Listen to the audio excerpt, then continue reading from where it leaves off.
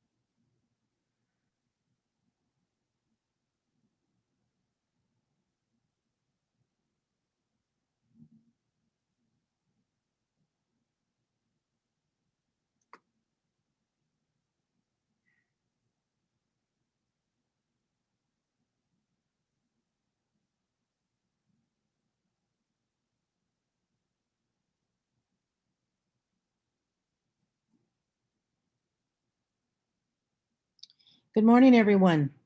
I would like to call, I hope that you're well.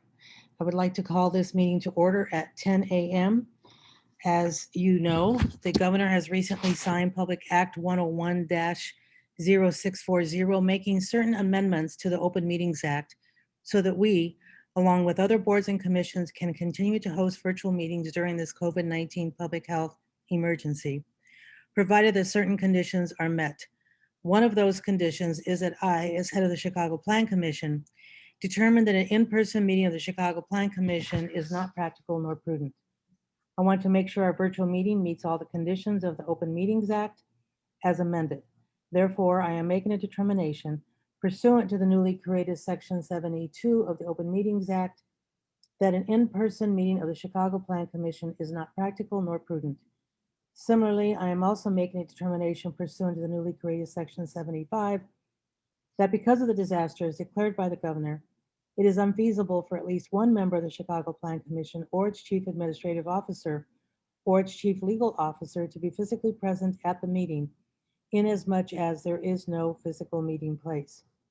Before we get into the full meeting agenda for the April 15th, 2021 Chicago Plan Commission meeting, I would like to ask everyone that because we are meeting virtually, to be mindful of your surroundings in terms of noise. Please remember to keep yourself muted when you are not speaking. The meeting is being recorded and also live streamed for public viewing. Lastly, if you are an active participant in the meeting, especially if you are speaking, please do not watch the live stream as this will cause audio interference. Thank you. I want to also quickly provide guidance to those who have pre-registered to provide testimony on the cases presented for public hearing today. Those who requested to testify at the Plan Commission today should have already submitted testimony forms, which included the speaker's full name and address, as well as the public hearing item number, and those forms have been gathered by the staff.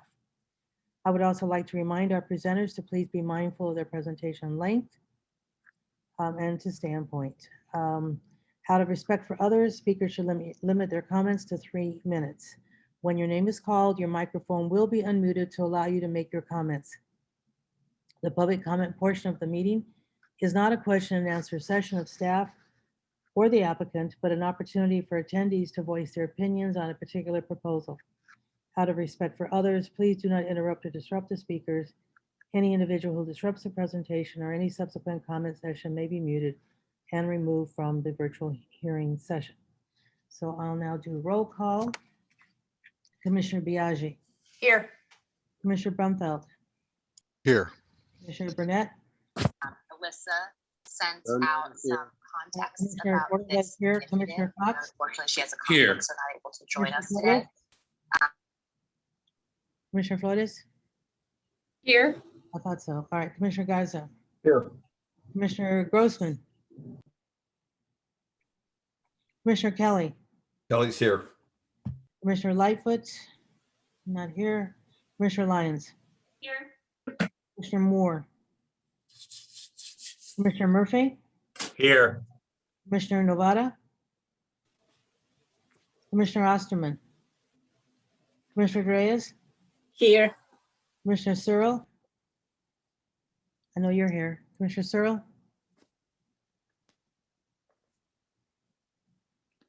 I saw her. Maybe she's having a hard time unmuting. Commissioner Shaw. Here. Commissioner Sposato, Commissioner Tunney. Commissioner, did I see Tunney? I'm sure he'll be joining us. Commissioner Villegas and Commissioner Wegesbach. We will now approve the minutes from the March 18th to 2021 regularly scheduled Plan Commission meeting. The minutes were distributed prior to today's hearing. Do I have a motion to approve the minutes from the regularly scheduled meeting of the Chicago Plan Commission held on March 18th, 2021? Moved by Commissioner Shaw. Second, Biagi. Thank you, commissioners. Again, because we're virtual, I need to do the roll call. Commissioner Biagi, Yes. Commissioner Brumfeld, Yes. So Commissioner CCA and BCG have been involved in Commissioner helping Cox, steer that yes. process I along, haven't gotten you as to you. well as Commissioner Burnett, provide local Commissioner support Cordova, as we're building both Commissioner the fact base, as to how much money we have, and Commissioner Geiser, prioritization. Yes. Commissioner Kelly, Yes. Commissioner Lyons, Yes. Commissioner Murphy, Yes.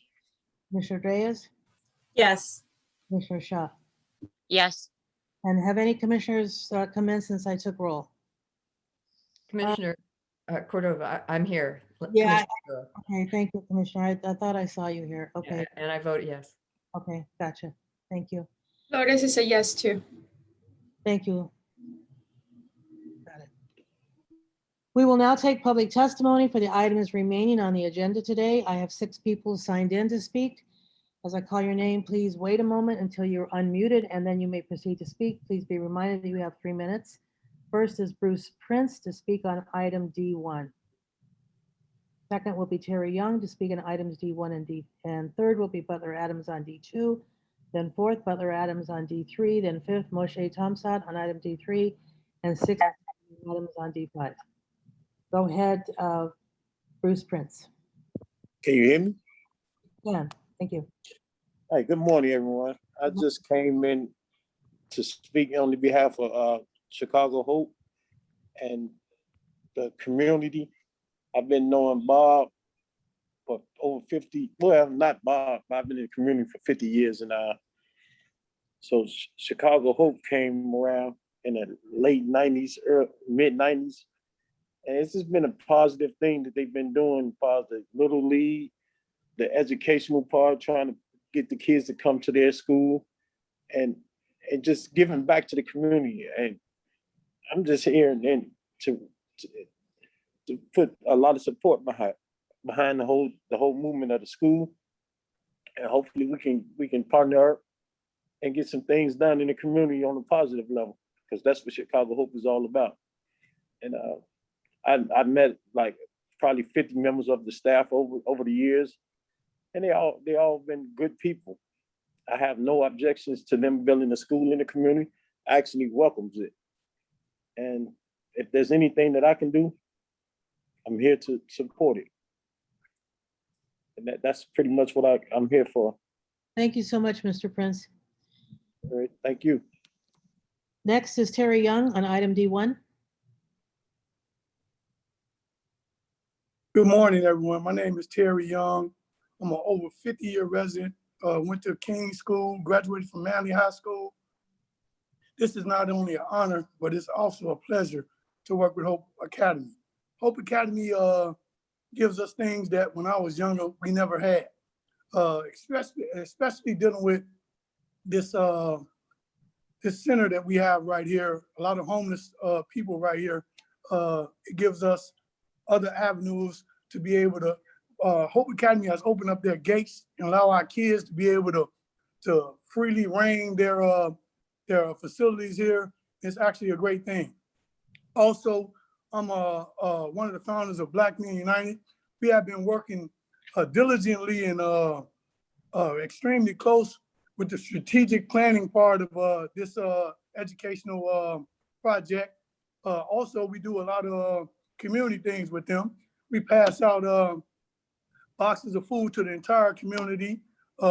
We did a joint venture with the 11th District Police Department doing some recruitment here at Hope with the Hope Academy for potential law enforcement that looks like the community here. Hope Academy is actually one of the things that has not been highlighted over the city. It's not only, we as the community have not only a responsibility, but an obligation to make certain that at every phase, from construction to employment, we have a lot of people in the community, and we got pretty much of an ear of the community, and they really welcome this, especially in light of the fact that with Manley High School, like 3 blocks away, it's only 80-some students in there. And we don't know whether or not Manley is going to close or whatever. But Hope Academy is more than willing to create a situation where those students won't be left behind. They've even welcomed them into the new school that's there. So this is a great thing for everyone. Win-win situation. I'd just like to thank everyone for their time and their patience, and I'm honored to be here. Thank you very much. Thank you, Mr. Young. We appreciate it. Next is Butler Adams on item D2. Can you hear me? Again. Okay, good morning. For the record, my name is Butler Adams, and I did want to say that I was in support of item D2. This is a project along Ashland. I think it's, great to see more density in the West Loop area. This is directly on the Green Line at the Ashland stop. So, this is certainly going to help activate that site as well. It's near a lot of activity that has been happening in the West Loop area. So again, I do support this project. In terms of the architecture, it's a little bit plain. It's a little bit boring. It's kind of watered down with the these like precast concrete panels. So it would be nice to see if maybe the architect or developer would consider maybe changing the orientation of some of those panels. Everything is on the horizontal and not really stressing the vertical at all. I think it's going to meet the project itself is going to meet the corner very, very nicely. And it's certainly going to be an improvement on what's there right now. I think the current property owners, I think, is a 501c3. So I think they're tax exempt. So when this project happens, it's certainly going to be bringing more tax money into the city in terms of the property tax. I'm not sure how much. That's not the information, but it will be. One final thing, just kind of picking on Alderman Burnett a little bit. Back in January, he was jokingly playing and complaining about the Michael Reese site, saying he wished that he had something like that in his ward. Well, he may have smaller parcels, but he always has the opportunity because his ward is in the central area to encourage developers to upzone. And we have a lot of D5s and D3s in the West Loop. There's nothing wrong with going D7 and D9. They've been talking about projects, in his ward in terms of like Moody Bible. And tonight there's a huge project being presented about Goose Island. So all we have to do is maximize the sites that are in the area and we can get stuff like that. But in terms of this project, I am in support of it. I hope that there is a bit of reworking in terms of the architecture, but it's great to bring density right next to the elevated tracks. And thank you for your time. Thank you so much. Might as well keep yourself on. Now going to speak on item D3. Well, okay. Again, for the record, my name is Butler Adams for D3. I believe this is the 37 South Sangamon project. I am in favor of this project. I'm a bit disappointed that it has been kind of dumbed down and watered down a little bit in terms of the height and density. Initially, when the project was being proposed, it was going to be a 2-tower project of roughly 370 apartments. Now you're talking 80 condos. And if you were to have the 370 units initially, well, that would have been an opportunity to have a number of affordable housing units directly on site. And that's not happening. I don't believe there will be any affordable housing on site with this, just in lieu of fee. So right now we're only proposing 20% of what was originally proposed. For 80-unit building, there's 115 parking spaces. That's like 30% more than a number of units for this project. So to me, it seems like the parking ratio is a bit inflated. Again, I'm disappointed with the fact that the density has been reduced, and the fact that this alderman, this the 25th ward, this alderman basically came to office talking about what he was going to do for affordable housing. He sat in the middle of the street fighting for affordable housing because of the projects of Lincoln Yards and the 78 not having enough in his opinion. If this particular project was to have been built in Pilsen, 80 units of dwelling with no affordable housing, he would not allow that at all. He would not, he would block that. But here we have 80 condos and not one affordable on site. So I think that it is kind of disappointing that, it's been reduced so much. Even had it been reduced to half, 185 units, that would have been potential for 37 on site, even if it was half condo and half rental. So I think this is a missed opportunity. Like I said, if this was in Pilsen, I was reading about a project that he stopped for a 430 unit project. He stopped. Those developers wanted to build 20% on site, and he stopped that. And there's no affordable on site here. So to me, it seems just a little bit hypocritical. And I think it could be better in terms of height and density. Again, this is the downtown area. I read through some of the comments, and it's not too tall. It's not too dense for this area. When you all actually go through the project, you'll see there are taller buildings to the north, east, and south in this area. There's some pretty good information in that. And I do support this project, but I am disappointed on how it's been watered down. This is one reason why I don't necessarily like neighborhood groups in the downtown central area, because it tends to be more about views and traffic and not for the betterment of the city as a whole. This project is going to bring in a whole lot less revenue for the city because it has been watered down. Otherwise, I still support it. The renderings are fairly nice, and the brickwork seems like it's going to be pretty nice. So we'll see what happens, but I think it could have been better. But thank you for your time. Thank you. Moshe Tamsad on item D3.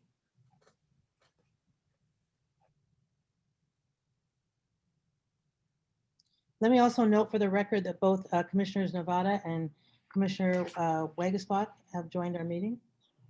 Okay. Yeah, go ahead. We can hear you. Am I unmuted? Can you hear me? We can hear you. Okay, great. My name is Moshe Tamsad. I'm the founder of True West Loop. We have 11,000 plus members, 500 of which want to see something even bigger and better here at the site. It's located directly across the street from Mary Bartlemy Park, which is a landlocked park. We can basically double the size of the park if the Planning Commission shifts the buildings north towards the north end of the lot.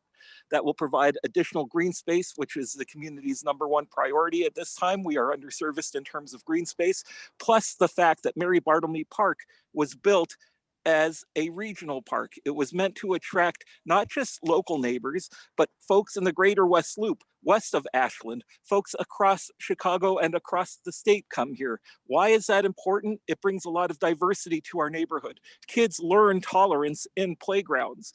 And here we have an opportunity across the street to double the size of the park, utilizing the Merritt School property, which was proposed in a prior rendition, but not the way we'd like to see it. We want Merritt to stay in the community. They are a treasure of culture and diversity. We need to keep them here.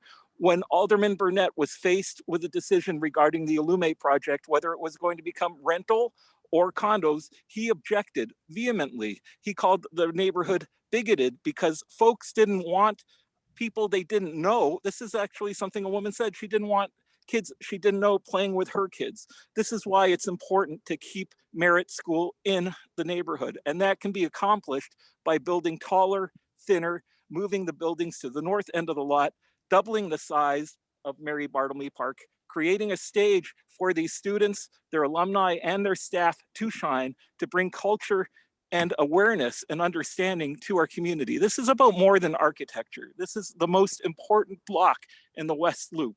If you approve this building as it currently stands, the next lot over will eliminate and displace Merritt School of Music. We already know that's going to happen. It was presented to you in a prior iteration, and that's a concern. We want Merritt to stay at the base of the new development. We want them to have a stage, an amphitheater that connects the two blocks and doubles the size of Mary Bartlemy. I want to thank you all for listening. I've submitted my documents and my rationale, and I invite everyone to vote for the Mary Bartlemy Park expansion.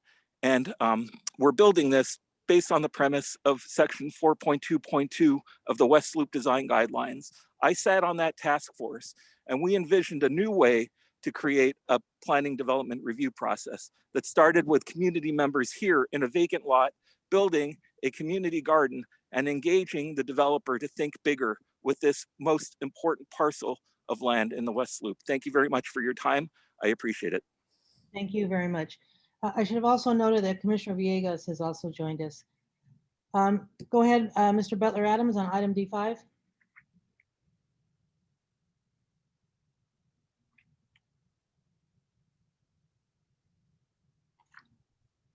Hello? We're waiting for you. Okay, sorry about that. For the record, my name is Butler Adams, and I did want to say I am in support of this proposal. This is Lincoln Yards, and I've been following this project for a very long time. This is an opportunity to build a building along the river's edge, which is going to start the beautifying of the river in this particular part of the north side, which has been basically kind of an industrial wasteland for the past century. So because of this first building being built, we're now starting the process of revitalizing the river in this area, allowing the public to visit the river in this area. And this is just kind of the start of connecting the Lincoln Yards area to downtown via the river. So personally, I think it's just kind of very exciting to see this finally getting started after years and years and years of debate. I look forward to coming back to the Plan Commission and speaking on future buildings. And I know this is in the second ward, and I do hope that the aldermen will consider looking at this Lincoln Yard project again and making some of the buildings taller and thinner. I know we're just talking about this particular one right now. I believe this is this initial building, I thought it was a Skidmore design. But regardless, I think the architecture is fairly sleek, very horizontal along the river's edge, but I think it's going to be a very nice fit. And it's just the first of many things to come in this particular area. So I'm in support of the project, and I look forward to speaking on more Lincoln Yard stuff in the future. Thank you. Thank you.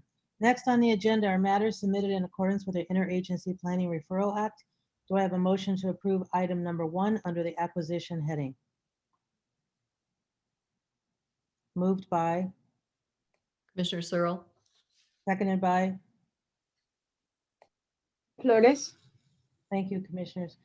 I have to do roll call. Commissioner Biaggi, yes. Blumfeld, Yes. Net,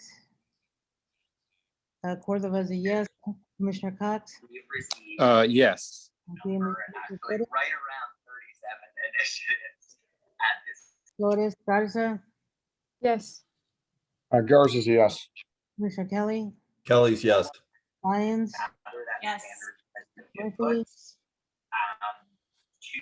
Commissioner Nevada, Commissioner Reyes, Yes. Commissioner Searle, Yes. Commissioner Shaw, Commissioner Tunney. I'm sorry, you're not here yet. Commissioner Villegas Yes. and Commissioner Wagasback. Yes. Okay, motion passes. Next, we'll look at matters, we'll look at the public hearing presentation portion for matters submitted in accordance with the Lake Michigan and Chicago Lakefront Protection Ordinance and/or the Chicago zoning ordinance.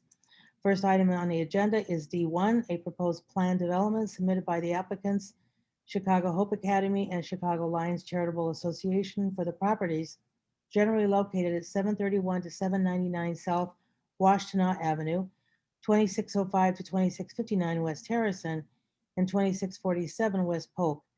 The applicants are planning to rezone the property from C3-1, Commercial Manufacturing and Employment District, and M1-1, Limited Manufacturing / Business Park District, to C3-3, Commercial Manufacturing and Employment District, and then to an institutional plan development.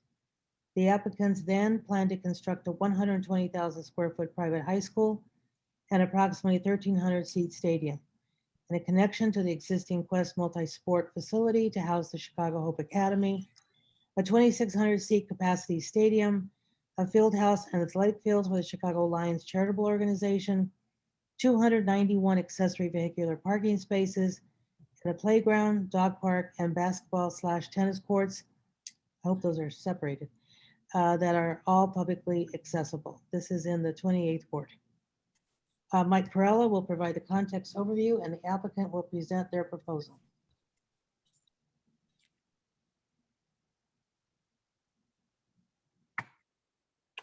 Just sharing my screen here, just a second. There we go.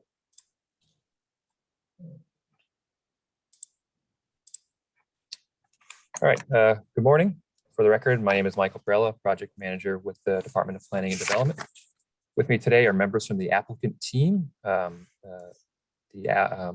Mizakowski, Chicago Hope Academy, Pat Bolger from Chicago Lions, the attorneys, Graham Grady and Sylvia Mikas, and the architect team, Joe Bueller, Louie Abuna, and Karen Howell. As previously stated, the two applicants, Chicago Hope Academy and Chicago Lions Charitable Association, are appearing today to establish a planned development in an area generally bounded by 731 to 99 South Washtenaw, 2605 to 59 West Harrison, and 2647 West Polk Street. They plan to construct a home for the Chicago Hope Academy, a 120,000 square foot private high school, 1,300 seat stadium, and and also to construct a 2,340 seat stadium, field house, and athletic fields for the Chicago Lions Charitable Association, and 291 accessory parking spaces. This proposal is a mandatory planned development because the site is over 2 acres. The subject site is located in the East Garfield Park community area and in the 28th Ward, Alderman Urban. Although it's located in East Garfield Park, it's south of the Eisenhower Expressway, an area more commonly associated with the Lawndale community. It is just west of the Illinois Medical District, north of Douglas Park, and immediately south of Altgeld Park. The community in which it is situated has 19,731 people, the majority of whom are African American, and an average median income of $22,818, which is significantly lower than the Chicago area median, $55,198. That's according to the CMAP community snapshot. The East Garfield Park and North Lawndale quality of life plans influence the land use and plan decisions in the subject area. Both stress the importance of finding adaptable ways to reuse vacant property, prioritize and enhance opportunities for youth education, and create recreational amenities for the neighborhoods. The subject site is bounded by Harrison Street to the north, Taylor Street to the south, the Union Pacific Railroad to the east, and Washtenaw Street to the north, to the west. The site is currently zoned C31 and M11. The subject site sits in a transitional area between a mix of light industrial and commercially zoned property to the east and more residential areas to the west. The site itself consists of approximately 958,340 square feet of net site area. Currently, the site is partially developed. Prior to 2000, it was a mix of manufacturing districts, but through successive vacancies and teardowns, the site has largely been vacated. And by the year 2000, it was completely vacant. In 2007, the Quest multi-sport facility was constructed at 2641 West Harrison Street on the north side of the site. Now known as the Hope Student Athletic Center, it consists of 2 gymnasiums, 2-story gymnasium and athletic facility. In August of 2019, Chicago Hope Academy constructed a track and athletic field immediately south of the parking lot and the Quest facility. And south of Polk Street, the Chicago Lions Charitable Association completed construction of an athletic field in September of 2019. Currently, those are the only items on the site. This is a map of the lot lines of property. And as stated, here are the context images of the site.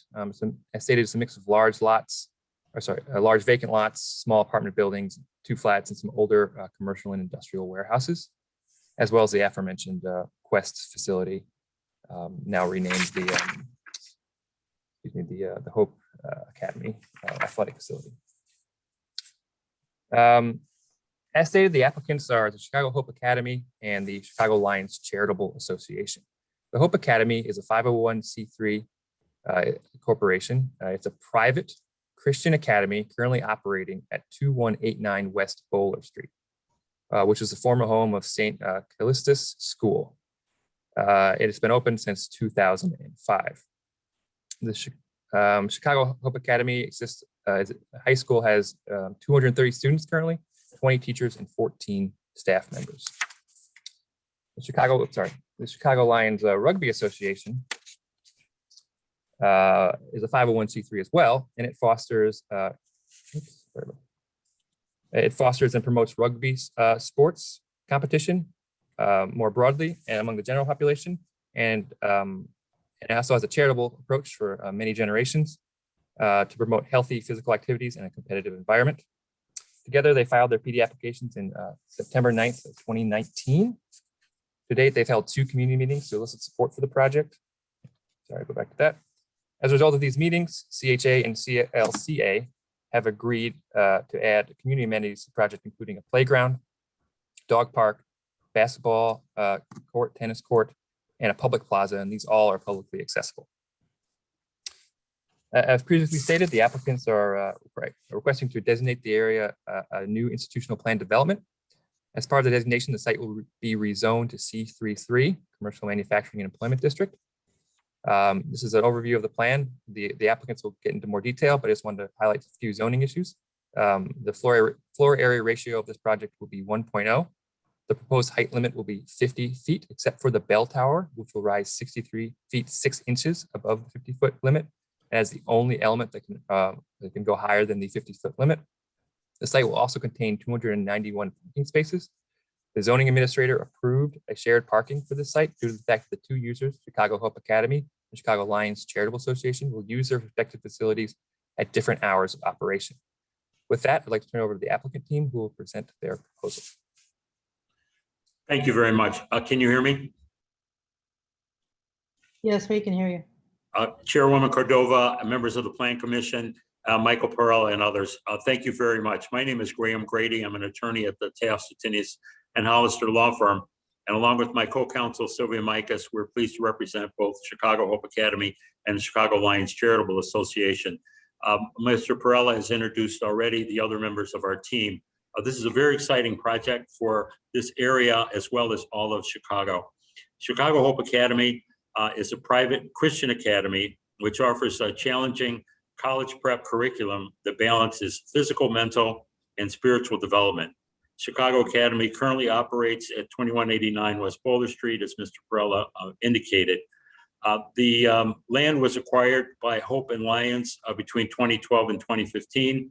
They've assembled this property to establish both a high school as well as the sports facilities, which will be used by Chicago Hope and the Lions, as well as the community. We would like to thank Alderman Irvin for his assistance in the community review of this project.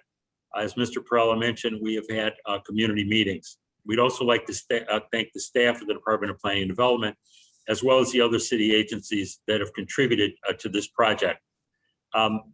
The parameters of the site, as you can see at the left side there, that's actually Altfield Park across the street or to the north side of Harrison, adjacent to the Eisenhower Expressway. Chicago Hope worked with the Chicago Park District to make significant improvements to the athletic fields there.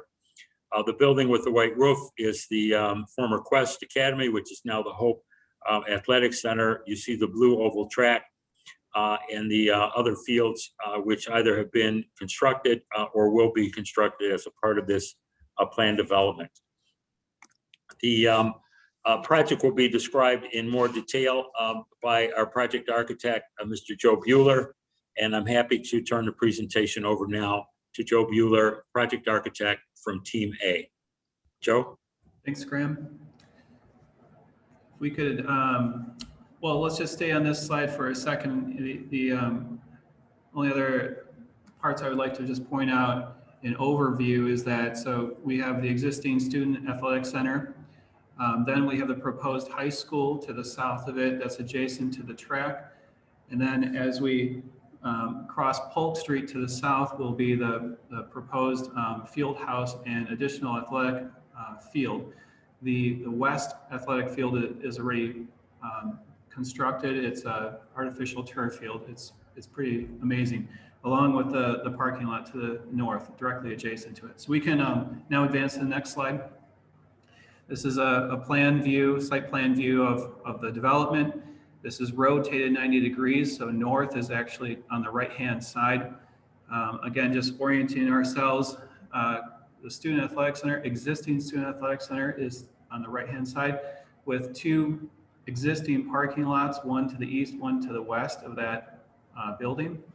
There will be a link between the proposed high school, which is 120,000 square feet adjacent to Washtenaw. This link will be a fitness center that connects the existing building with the proposed new high school. The high school is very much like oriented on the existing track and field. It's a pretty unique experience, especially for a high school in the city, to have an opportunity to be directly adjacent to the athletic field. So the stadium seating it actually is connected with terraces that is at the same finished floor elevation of the second floor of the new high school. So students are actually able to go directly walk out onto the terrace to the stadium seating is oriented on the 50-yard line of the football field. So pretty phenomenal experience. The high school will be set back from Washtenaw approximately 30 feet, a little over 30 feet. And there's this really fun garden walk that's created in that space to just, again, provide a really meaningful experience, whether you're parking in the north lot or the south lot, the newly proposed south lot. Then moving south from Polk, again, here we see the athletic fields. Again, the west athletic field is constructed along with the parking lot directly to the north of it, a 75 space parking lot. There will be a link across or like a direct connection across from the school site to the athletic site, and there will be a raised mid-block crosswalk on Polk Street to provide added security and safety for people crossing between these two parcels. When you cross over Polk, this is where the amenity spaces are provided, the playground, the monumental entry, the Flags Memorial, donor wall, sports court, and then there's a dog park. All of these amenities are readily available to the community. And I know that Hope is very much open for the community to walk their track, to be involved as much as possible in all this new development. So it's very much a benefit. If we could advance to the next slide. We'll just kind of walk through. I've got 8 minutes, so I think I probably used up 3 of them. So we'll just kind of move through some of these renderings, but I think that what I would like to point out here is that the new school will be both respectful to the context in scale as well as materiality, and also having an eye towards the future. I think it's a big statement, especially for high schoolers, to be able to feel like they're moving forward in life and being inspired. So there is a 2-story element adjacent to Washtenaw that is brick. And there's also, as you can see here, there's recesses on the second floor, which are terraces that are directly adjacent to the classrooms. Such a unique experience for students to have immediate access to the outdoors, especially in the times we are in. Those doors will be able to open, providing ventilation, natural ventilation to those interior spaces and access to the outdoors. So pretty cool. It's kind of a school set within the garden, that sort of experience. And because it is set back 30 feet, there's this garden walk that's created for everybody to enjoy. The view from the northwest, excuse me. This is now looking at the connection. You can see the Student Athletic Center just on the far left-hand side of your screen, and then the school to the right. And there's a connection which would be the fitness center in between. We'll go to the next slide. This is a view looking to the athletic field. So now you see the terrace seating directly off the second floor, having a pretty phenomenal view of the track and field. The first floor plan, I'll talk mostly about the school. To the north end of the school is a large assembly space, a chapel, with a music room directly to the north of that. There's an entry at the north end of the building. There's a pre-function space from the north parking lot in the large terrace. The central kind of like main entry of the school will be off of Washtenaw, and there's a central atrium lobby. To the south of that is administration spaces, a cafeteria, a library, and a maker space. In addition, underneath the tiered seating is locker rooms for the athletic events. Next slide will be, this is a view of that central atrium lobby. So it's a 2-story atrium space that will take you up to the second floor. To the right, side, as you go down, would be the chapel. Next slide. This is a view into the chapel. It'll be a very high-performing space, a wonderful space to hold a whole host of events. This is a view of the cafeteria. So we're kind of trying to open up the cafeteria experience from what we probably traditionally experienced in high schools to multiple variations of seating types, expanding the views. There's a connection to the outdoors, to the daylight. To the right-hand side would be the field. So there's a lot of like openness to this space. Second floor is primarily academic, core academic spaces, classrooms for all the subject matters, in addition to a fine arts room and science labs. And to the east side would be the large terrace that is connected to the stadium seating, overlooking the athletic fields. To the west side would be those private terraces off of the classrooms, specifically for the classroom use. Next slide. This third floor, again, is more academic classrooms, along with a staff lounge and a pre-function space for athletic events, where there's a view out to the field for coaches' boxes. Just an image of a hallway, the experience of the hallway. Next slide. Typical classroom, again, you see like here, there's direct access to an outdoor terrace from the classroom. So that's an additional breakout space to be used by kids and teachers. Next slide. Roof plan, not much probably to talk about here. Elevations, again, I just want to point out that it's going to be a very respectful elevation to the community as far as how the building steps back and how it connects with the context. It's predominantly through the use of high quality face brick. Next slide. Here are a couple images of the bricks that we're specifying for the project, along with the look and feel of the metal portions of it. So we're looking at colors that have a good amount of contrast, but are also very compatible with each other. We're going to switch gears now to the field house and CLCA side of this project, south of Polk.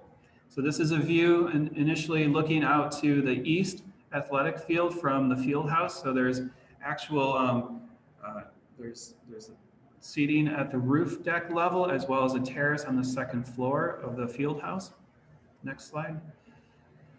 First floor is at the top on this view. The first floor of the field house is predominantly locker rooms and bathrooms that will be open up for various athletic uses. And then on the second floor is social spaces for dining and hanging out, with a kitchen centrally located in the middle to service those areas. Top of this is the roof deck plan that has seating looking out to the field. Elevations of the field house.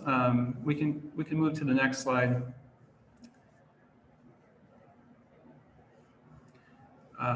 Sections and also just kind of like a rendered view that of the field house. Transportation and traffic. So we have parking lots. I don't know if we want to get into it or not. We're going to move on. This is the north site plan, and just describing the open space.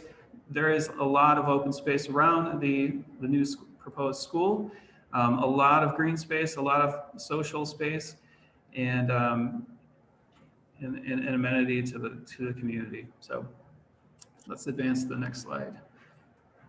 Open green space. So again, I think what I'd like to highlight here again is just the amenities for the community on the north end of the Chicago Charitable Association site, adjacent to Polk. We've got the sports court. We have the playground and the dog park. In addition to these large athletic turf fields. So I mean, it's really just a huge bonus. Sustainable future. So we will be complying with the Chicago Sustainable Development Policy. We have to reach 100 points. How are we achieving that? We're going to exceed energy code by 10%. We're going to exceed the stormwater ordinance by 25%. We are also looking at applying the working landscapes, the tree planting as part of our strategy, proximity to transit service, indoor water use reduction, bike parking, commercial and industrial, EV charging stations and charging readiness in the parking lots. We'll have a CTA display in the lobby of the school and also an 80% water waste diversion. Next slide. This is a slide that just kind of further narrates our stormwater detention management. I'll just point out that the stormwater detention for the Hope Student Athletic Center has already been provided, in the previous development, and any disruption or any tie-in that we're doing with the new school will be accommodated with the new retention system for the high school. And that is it. Joe, thank you very much. Chairwoman Cordova, it's my pleasure at this point to introduce Bob Mazakowski, who is the founder of Chicago Hope Academy. This is a school that serves primarily low-income students, 95% of whom are on scholarship. If you don't know Bob Mazakowski, you are in for a treat. He is truly a great Chicagoan, providing a fantastic educational resource. Bob? Welcome. Bob, you may be on mute. Unmute. Start video. Good. Am I off now? Yes. Okay. So can you switch back, Joe, to the original drawing that includes Outgell Park, the whole big picture, please? It's the original, what we started with. The Planning Commission had it on. All the way back. No, Joe, to the original thing that includes the Eisenhower and the Outgell Park. Bob, I'm controlling the presentation. I was having some trouble moving it along, so I just gotta. Yeah, that's, oh, thank you, my friend. Yeah. Thanks, Mike. The one that you started with. Yeah, something's glitchy here, so it might take a minute. So you might want to. Okay. Okay. So Should be slide number 9. for the Alderman, for everybody, I don't know, it depends on your age, but the Chicago Hope Academy morphed out of the Little League that we started in Cabrini Green in 1991. So what became the biggest African-American Little League in the country. I wrote a book, Paramount Pictures took the story and made the movie Hardball about us. I got misplayed by Keanu Reeves, which isn't the worst thing. But anyway, that and $3 will get you on the train. So anyway, when they took the field away, Cabrini Green Division in Sedgwick, we moved the league over to the west side and moved over here. I've lived in this community for 31 years, so we're not new here. And in the park that hasn't come up yet, that Mike is looking to get, that's Hope Field at Outgell Park, right on the Eisenhower. Mike Kelly, head of the park district, said we're the best private partnership he's ever seen. The field on the top to your left is Outgell Park. We wrote at least $2 million in checks to the park district to build this AstroTurf field, lights, lengthen it to make it big enough for football and soccer. It's open to the public. Chicago Hope uses it for a couple hours a day. The others open to everybody else. We say Hope is a movement, not just a school. It's not just about Chicago Hope. When the local school, St. Callista's, closed, one of the 150 Catholic schools that have closed in Chicago, we purchased it from the Archdiocese, did a $5 million renovation, and have been operating out of there for the last 16 years. We're packed at 280, correction, Mike, we have 280 students, and are looking to build this new school, which will be around 500, and the current school, hopefully a K through 8. We are 90% low-income minority school right now. The 10% white kids were my 7 kids, the Willises, and we have some Asian students too. So how do we do that? How do you run an independent school? And I don't like the word private because it reeks of rich kids for low-income kids. Well, we have work-study programs, and we are honestly a fundraising machine. So a lot of people really care about this, right? So this 15 acres, the South Parcel Lions Charitable Association, this is a total of 15 acres. We purchased it about 7 years ago from the Chicago Botanical Gardens, who sat on it and did nothing for years. It was a garbage strewn dump. Where you see the track, we found dead animals in there. The south parcel was the salt dome, but the north parcel was houses. And I watched them because I live in a neighborhood, eminent domain, those houses. So, and move the people. And they did a ton of, Centerpoint did a ton of remediation on that property, which is great for us.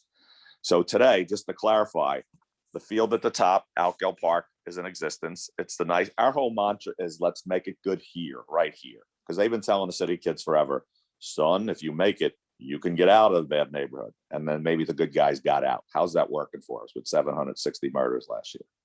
So we're right where we want to be. The gym was built by Tim Grover, Michael Jordan's trainer, in the Olympic year, which we didn't get.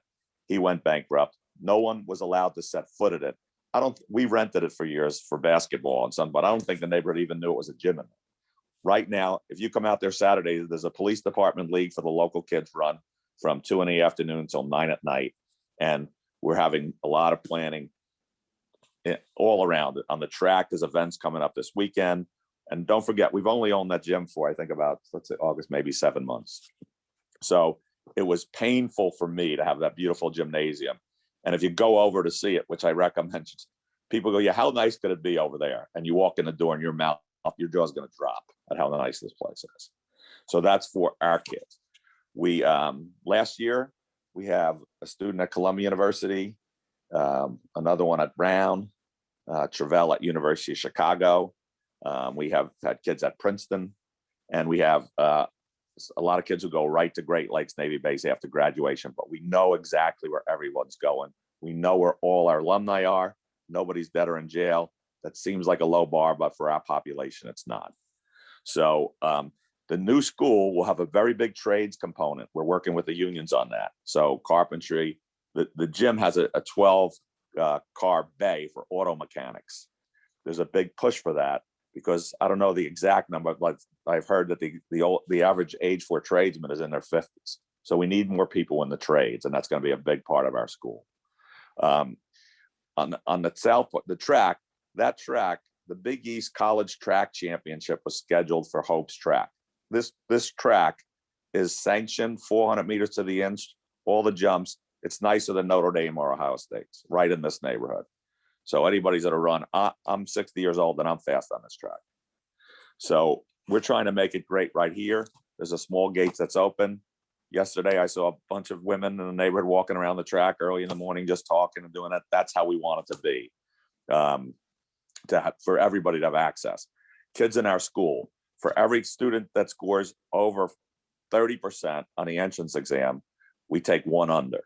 So we have kids that can barely read coming in, and we got kids that go to Princeton. So we're not some elite school. You don't have to believe anything to come to Chicago Hope. We do have chapel on Friday that the kids run. And I don't think that hurts anybody. So our saying is preach the gospel at all times, if necessary, use words. So we're really digging in. Again, this is my neighborhood. So, and half our staff lives in a neighborhood now, right? So that's my story and I'm sticking to it. I can go on and on, but I'll let you guys go. So 90% low income school. We raise a ton of money. The school project is around 50 million. We have 34 of it already. So we're almost there. Thank you very much. Chairwoman Cordova, briefly, with regard to economic and community benefits, the project will be fully compliant with the city's 26, 6, and 2 and 50% residency on construction. And we are very, very excited about this project. We are unaware of any opposition to this project.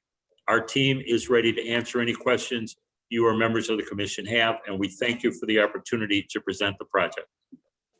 Thank you so much, Mr. Grady, and thank you to your team. Commissioner Burnett. Originally was like, how can you pull some of these programs up so that they are. We'll get that feedback, Commissioner. So my only. Yeah, but you were getting the feedback. I suspect you might be on 2 different devices. Maybe No, on. no, No? Try it now. it's not me. Okay, we got you now. I think you're okay now. My only opposition to this is that it's not in my ward. So Bob, I just want you to know I'm looking to try to get this in the remap. Jason need to, I'm letting them know right now that I'm gonna be trying to get this in my ward in the remap. But all kidding aside, this is a great organization. I've known them for many years. Matter of fact, when Bob started the baseball thing, he was very involved with Jesse White, the current Secretary of State. And he's always have had a heart for the people. It's a great Christian organization. Not only do they teach young people, but they build character and morals. And I truly believe that what they're doing with their school and how they're helping not only the young people, but their families and parents also, is helping the whole community. I think that the community is going to build around this. They've always been very willing to work with the community as far as jobs go and construction and all of those things. They did it with their other developments. He's very holistic as far as working with the young people that go to his facility and making sure that they get work and get jobs and their family members. It's just a great organization. We need to duplicate this around the city of Chicago. I wish he can help to take over some of the Chicago public schools that we have because it's a truly a caring touch. He has a great lawyer, one of the best in the city of Chicago dealing with zoning. This is a great project. I commend Alderman Irving. I'm very envious of this project, always have been. I knew of the vision early on, before they even got the fields. Bob showed me when it was just raw land, what he wanted to do. And I support this 100%. This is a great project and it's great not only for that community, but it's great for the city of Chicago. So congratulations and God bless you. Thank you, Commissioner. I also want to note for the record that early in the presentation, both Commissioners Grossman and Commissioner Tunney joined us. Is Alderman Irving here, or do we have a letter on file? We have a letter of support from Alderman Irvin, which we submitted to the Plan Commission. We also have a letter of support, which we directed to Chairman Tunney of the Committee on Zoning. So Chairwoman Cordova, we do have letters of support from Alderman Irvin. Thank you very much. I'm not seeing any further questions from commissioners. I think it's just a really tight program, tight presentation, tight program, tight development. It's very exciting. I think we would all echo the compliments rendered by Commissioner Burnett. And with that, I'm going to ask for a motion for approval. Alderman Villegas, so moves. Thank you. Second, Garza.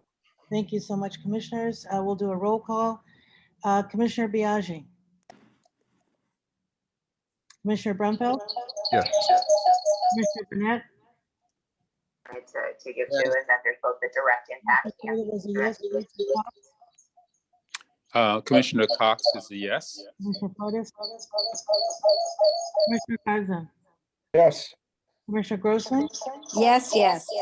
Commissioner Kelly. Commissioner Lyons. Commissioner Murphy. Yes. Commissioner Novata. Commissioner Reyes. Commissioner Searle. Yes. Commissioner Searle. Yes. Commissioner Shaw. Yes. Commissioner Tunney. Commissioner Villegas.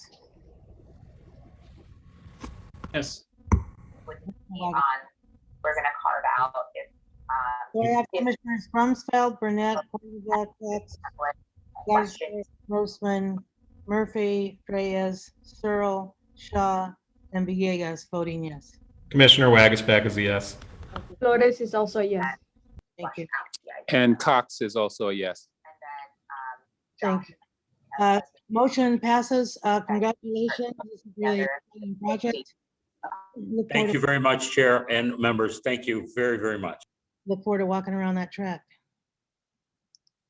All righty, great. So now we are going to our next item, which is D2, a proposed plan development submitted by MP 140 Ashland LLC for the property generally located at 140 North Ashland Avenue. The applicant is proposing to rezone the property from RM-5 Residential Multi-Unit District to B3-5 Community Shopping District, and then to a residential business plan development.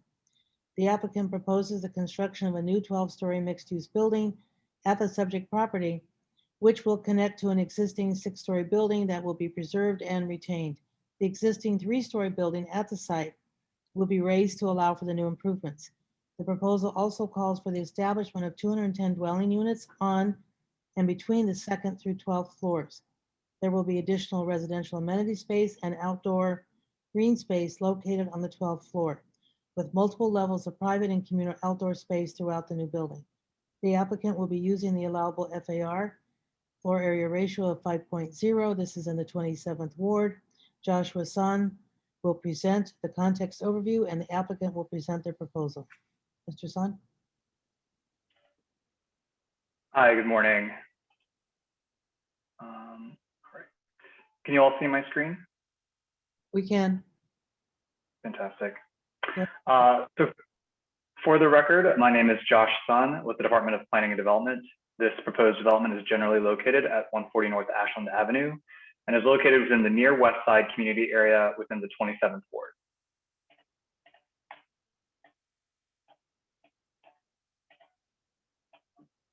The applicant, MP 140 Ashland LLC, and their development team appear here today for the purposes of establishing a plan development at the subject site. The request is being submitted as a mandatory plan development application pursuant to the provisions of the Chicago Zoning Ordinance Title 17 of the Municipal Code of Chicago, due to the fact that plan development review and approval is required for any development that meets or exceeds height thresholds or the land area or unit count thresholds per the proposed underlying B3-5. The applicant requests a rezoning of the subject property from the RM-5 Residential Multi-Unit District to the B3-5 Community Shopping District, then to a residential business plan development to permit the construction of a 154-foot, 12-story building. Residential units will occupy the upper levels with amenity and commercial use plan for the ground level.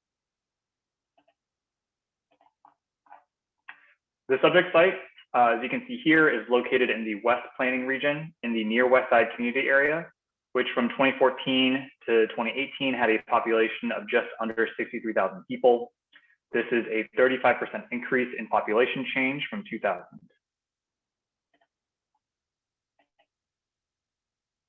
This is an aerial view. One second. This is an aerial view of the site in context of the West Loop. As you can see, the site is highlighted in red. West Loop is on the right, Ogden, North Ashland, and Union Park. These following slides showcase the existing conditions.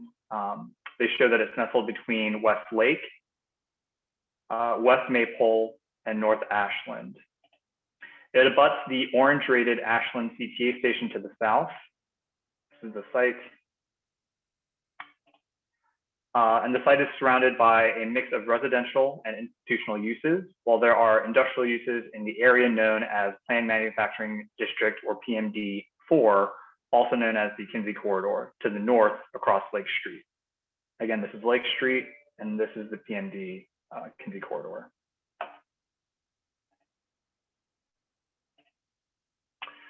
You can see Union Park, approximately 13 acres, is located directly east. Across North Ashland, the park continues to hold significant cultural musical events, something it's been doing since the 1920s. The following slides provide you an idea of the building forms and land uses in the existing area, which is currently zoned RM Residential Multi-Unit District. Again, you can see this is the existing building that they are proposing to restore, the CTA station, and other properties abutting the site. Here are some perspectives along West Maypole, over here in the upper left, West Lake in the upper right, and at the bottom along Ashland.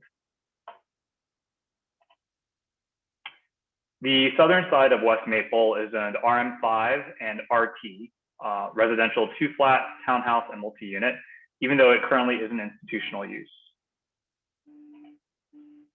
These are the images of the existing building to be rehabilitated. And with that, I will turn it over to Sarah Barnes, who is representing the applicant team. Good morning, Chairwoman Cordova, and esteemed members of the commission. I'm very happy to be here and humbled to be here this morning on behalf of the applicant MP 140 Ashland LLC. I am an attorney with the law offices of Sam Banks, and we are the legal counsel for the applicant. We're super excited to bring to you this proposal, which comprises the third project by this same applicant and development team toward the activation, diversification, and growth of the west end of the West Loop. I want to extend my personal gratitude to Alderman Burnett for his incredible and ongoing efforts in facilitating a robust and meaningful community review for this project, as well as his efforts in working with us on the ARO programming, the affordable programming for this same project. With no further ado, I'm not really the star of this show. The true stars of this show that have worked so hard over the past several months is Darren Sloninger, the managing member of the applicant, as well as our incredible project architect, David Brennenstuhl. So in respect of the time of all you commissioners, I will turn the microphone over to Mr. Sloninger, who wants to do a brief introduction, and then Mr. Brennenstuhl will walk you through the programming. Thank you, Sarah, and thanks everybody. I appreciate your time today, and I really appreciate the staff's effort to get us here on the agenda this month, which was a timing issue for us, and we really appreciate that. Josh, could you pull up the neighborhood slide? Because I'd like to begin by just putting this site in context of what we're trying to accomplish. I think it was slide 45, perhaps. It's slide 45, yes. Yeah, okay. Also, I just want to say that I don't feel very worthy of following Bob, who is an incredible leader in the city, and man, Hope Academy is going to be incredible. So that was awesome to be able to see that. So I think most of the commissioners are familiar with these projects because these projects were in front of most of you. So I'll just remind you that we opened the Mason at Lake Anada in May of 2019. I think, that's a testimony. One of the main decisions that we tried to do was to move all the way out west, strategically out west of Fulton Market, because we were operating with a theory that people who lived in Fulton Market, who were move-up renters, wanted to have more of a sense of neighborhood. And so we felt like we really wanted to provide that. And so the Mason was the first one. And a testimony to that is that the Mason stabilized in a record 5.5 months, which is a pretty incredible pace. So there was a great demand for this project.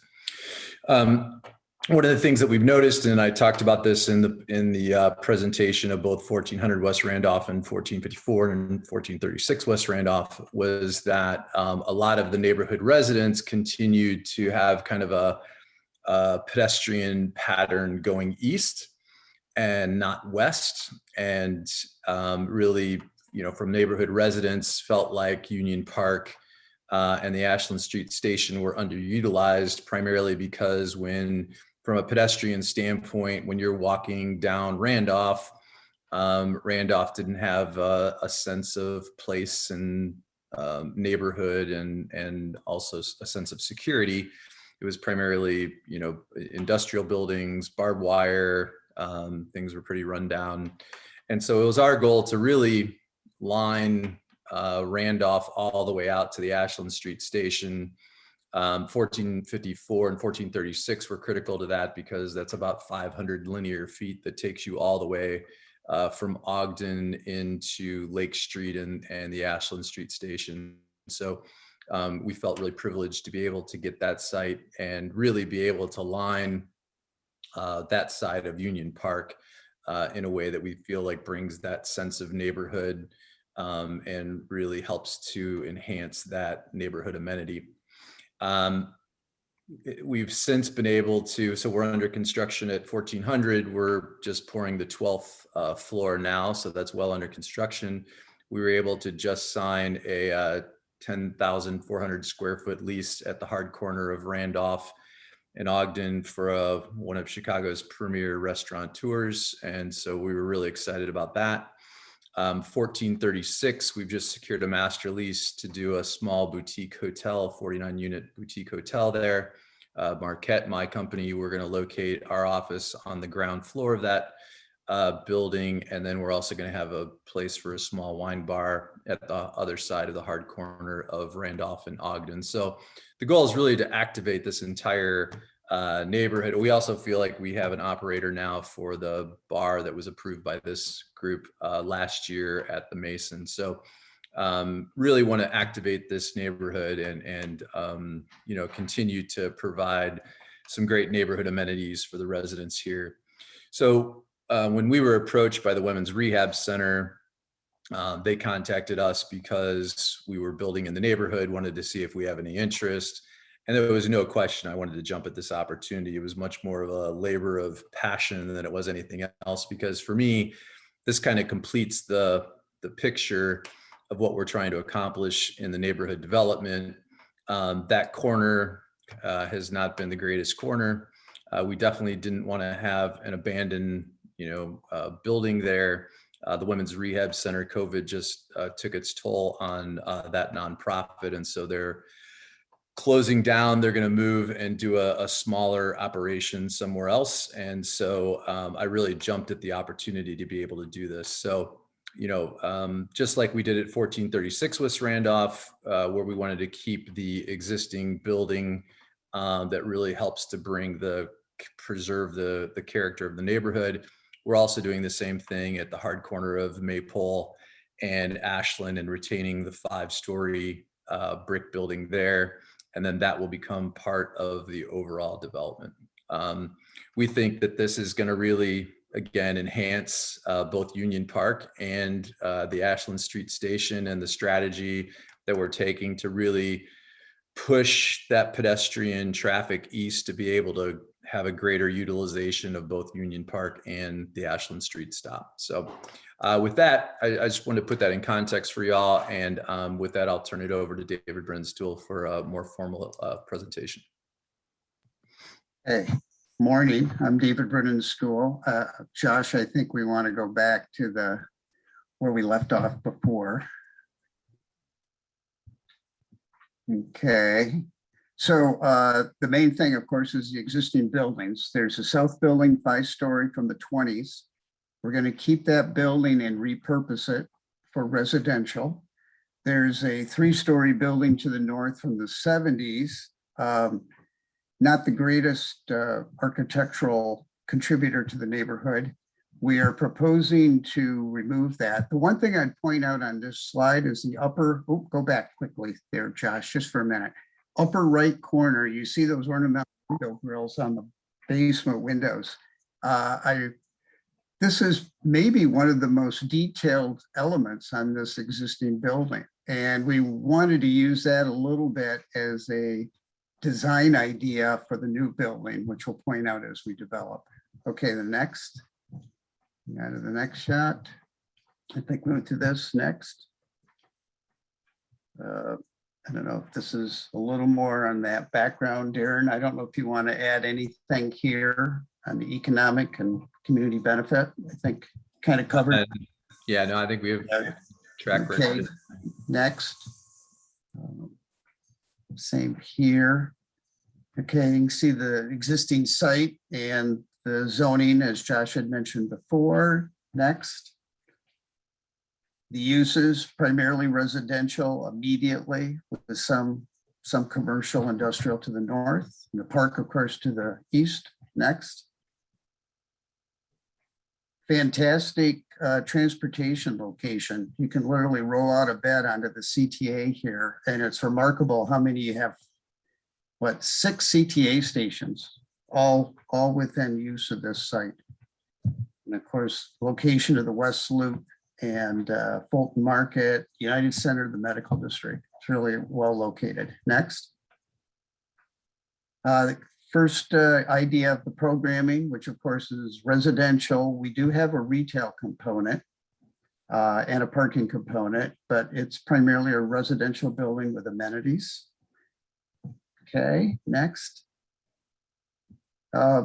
Gives you a good idea of how you enter the building. We're proposing to put the new residential entry in a central location facing the park. We're holding the Lake and Ashland corner with a retail component and a retail entry. And all the vehicular traffic is maintained through the existing alley. So we have no new curb cuts or anything. It's a relatively screened parking that we'll cover later. Next. Okay, this is a lower level, which is unusual in residential today. These are existing basements that we're going to reuse. So this gives us the opportunity to do lower level parking, which is a rarity for cost. So we have 26 spaces down there, and of course, plenty of space for amenities. Next. Ground floor here, you can get, this gives you a really good idea of all the amenity space we have available here, particularly along Ashland to activate it, and then the retail turning the corner, and how that screens the second level of parking, which is really at the ground floor level. So the parking, the interior parking is 100% screened and all off from the alley. Next. This is the typical residential floor for 2 through 5. So there's 12 units per floor in the existing, and there's 16 units in the new. You can see the core right in the middle. Next. The other thing to note too is that the new component on the north side is positioned directly over the footprint of the old building where that basement is, to take advantage of that and to hold it off the street. At the 6th floor, there's actually a very interesting mechanical penthouse in the existing building that we're going to turn into 3-bedroom units. Pretty unique. Next. And so the top of the building, the 12th floor, is really a penthouse level. It's an amenity, both indoor and outdoor, and then just the roof. Okay, next.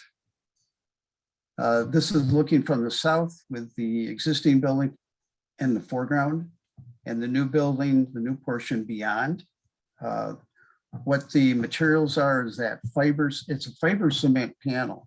And the idea, why don't you go to the next one, Josh, so we keep moving along. The idea of the panels, you'll see it more in the renderings, is that they're modeled. They're one color, but there's like 3 different tones of it. And the idea is to reference the limestone on the existing building. This is the north elevation. And again, we wanted to make this fairly detailed and delineated because of the visibility from the CTA, the ground floor. And the west elevation is basically a mirror of the east. So there's no back to this building. Everything is a front elevation. Next, relationship to the existing streetscape. This is the Ashland, again, relationship along more the Lake Street, and to the, you can see the residential building on the right, which is the other Marquette project Darren was referring to, all looking at Union Park. The relationship to the West Loop. Okay. Again, okay, this gives you an idea with the medical district orientation and the immediacy to the west side neighborhood. Next, okay, so here you can see a little more of that representation of the panels, which is to kind of pick up that kind of modeled, more mosaic feeling of limestone. There's an implied 2-story base to kind of give a certain presence on Ashland, but then setting the main building back 15 feet, and then a very defined front entry. It projects out, that kind of picks up, we have fritted glass that replicates that ornamental pattern from the grillage. This is looking from the south, kind of from the park. This is at north side, which would be facing the L, and then you can see the retail space at the base. And more of an idea, holding the corner there by making a more formal retail entry. There, kind of reset. And then this is gives you an idea of the setback, that 2-story implied base, and then 15-foot setback, how the building goes up, and then the middle portion again sets back again to form that penthouse at the very top.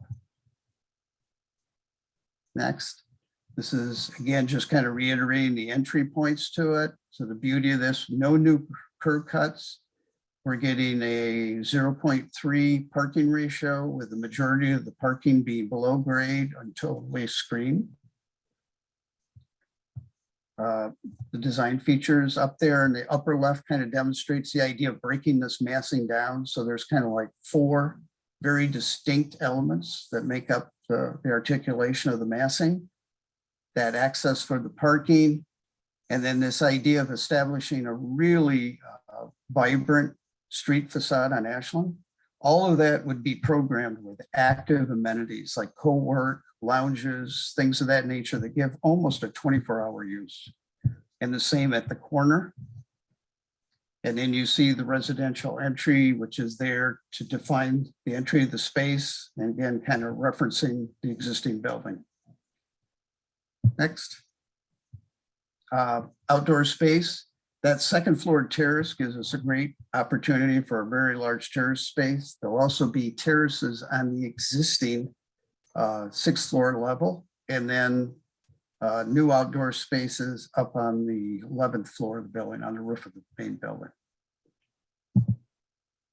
The materials all very durable, high quality, and they're there to either be a reference to the existing building or to be more of a neutral backdrop. We really wanted the existing building to be kind of the front and center. We want them to be, that's the lead singer, and this portion is to be more the rhythm section.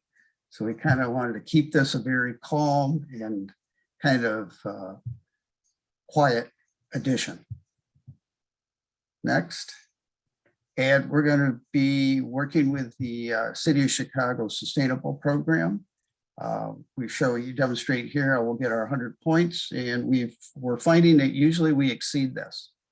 So we expect to be greater than 100 when we're done with this. Next. And then again, what Darren showed you, our relationship to the other projects in the neighborhood. And I believe that's it. Great, thank you, David. So DPD, the Department of Planning and Development has reviewed the materials submitted by the applicant, and we have concluded that the proposed plan development would be appropriate for the following reasons. It is in compliance with the following plan development standards and guidelines. Per 17-8-0103, promotes economically beneficial development patterns that are compatible with the character of the existing neighborhood. Per 17-8-0102, it promotes unified planning and development. Per 17-8-0904, all sides and areas of the building that are visible to the public are to be treated with materials, finishes, and architectural details that are of high quality and appropriate for use on the primary public right-of-way facing facade. Per 17-80905, it creates safe and attractive walkways and pedestrian routes. And per 17-80905, it creates primary entrances at the sidewalk level that are obvious to pedestrians by forming significant focal elements of the building. Please refer to my staff report for further details regarding this project and the plans identified here today. Based on the foregoing, it is the recommendation of the zoning administrator of the Department of Planning and Development that this application to establish a plan development be approved and forwarded to the City Council Committee on Zoning, Landmarks, and Building Standards as such. Thank you. Thank you. Do commissioners have any questions of staff or the applicant? I have a quick one. Which building is being demolished? And just out of curiosity, or maybe even for the record, because I've talked to others about this, what happens to all that debris when you demolish? This is David Bredenstall. they're very prescribed methodologies now. The majority of it will be recycled. That's part of the sustainable program now. So the attempt is to take put as little of this as we have to into a landfill. We just did a similar demolition over on the other side of the park with the industrial buildings over there. So, it's handled appropriately and done really well. Great. So, all right, so the building that's being, I'm glad that when he first showed those pictures, I thought you were demolishing the one there on the left, but it's the one-story one that you're demolishing.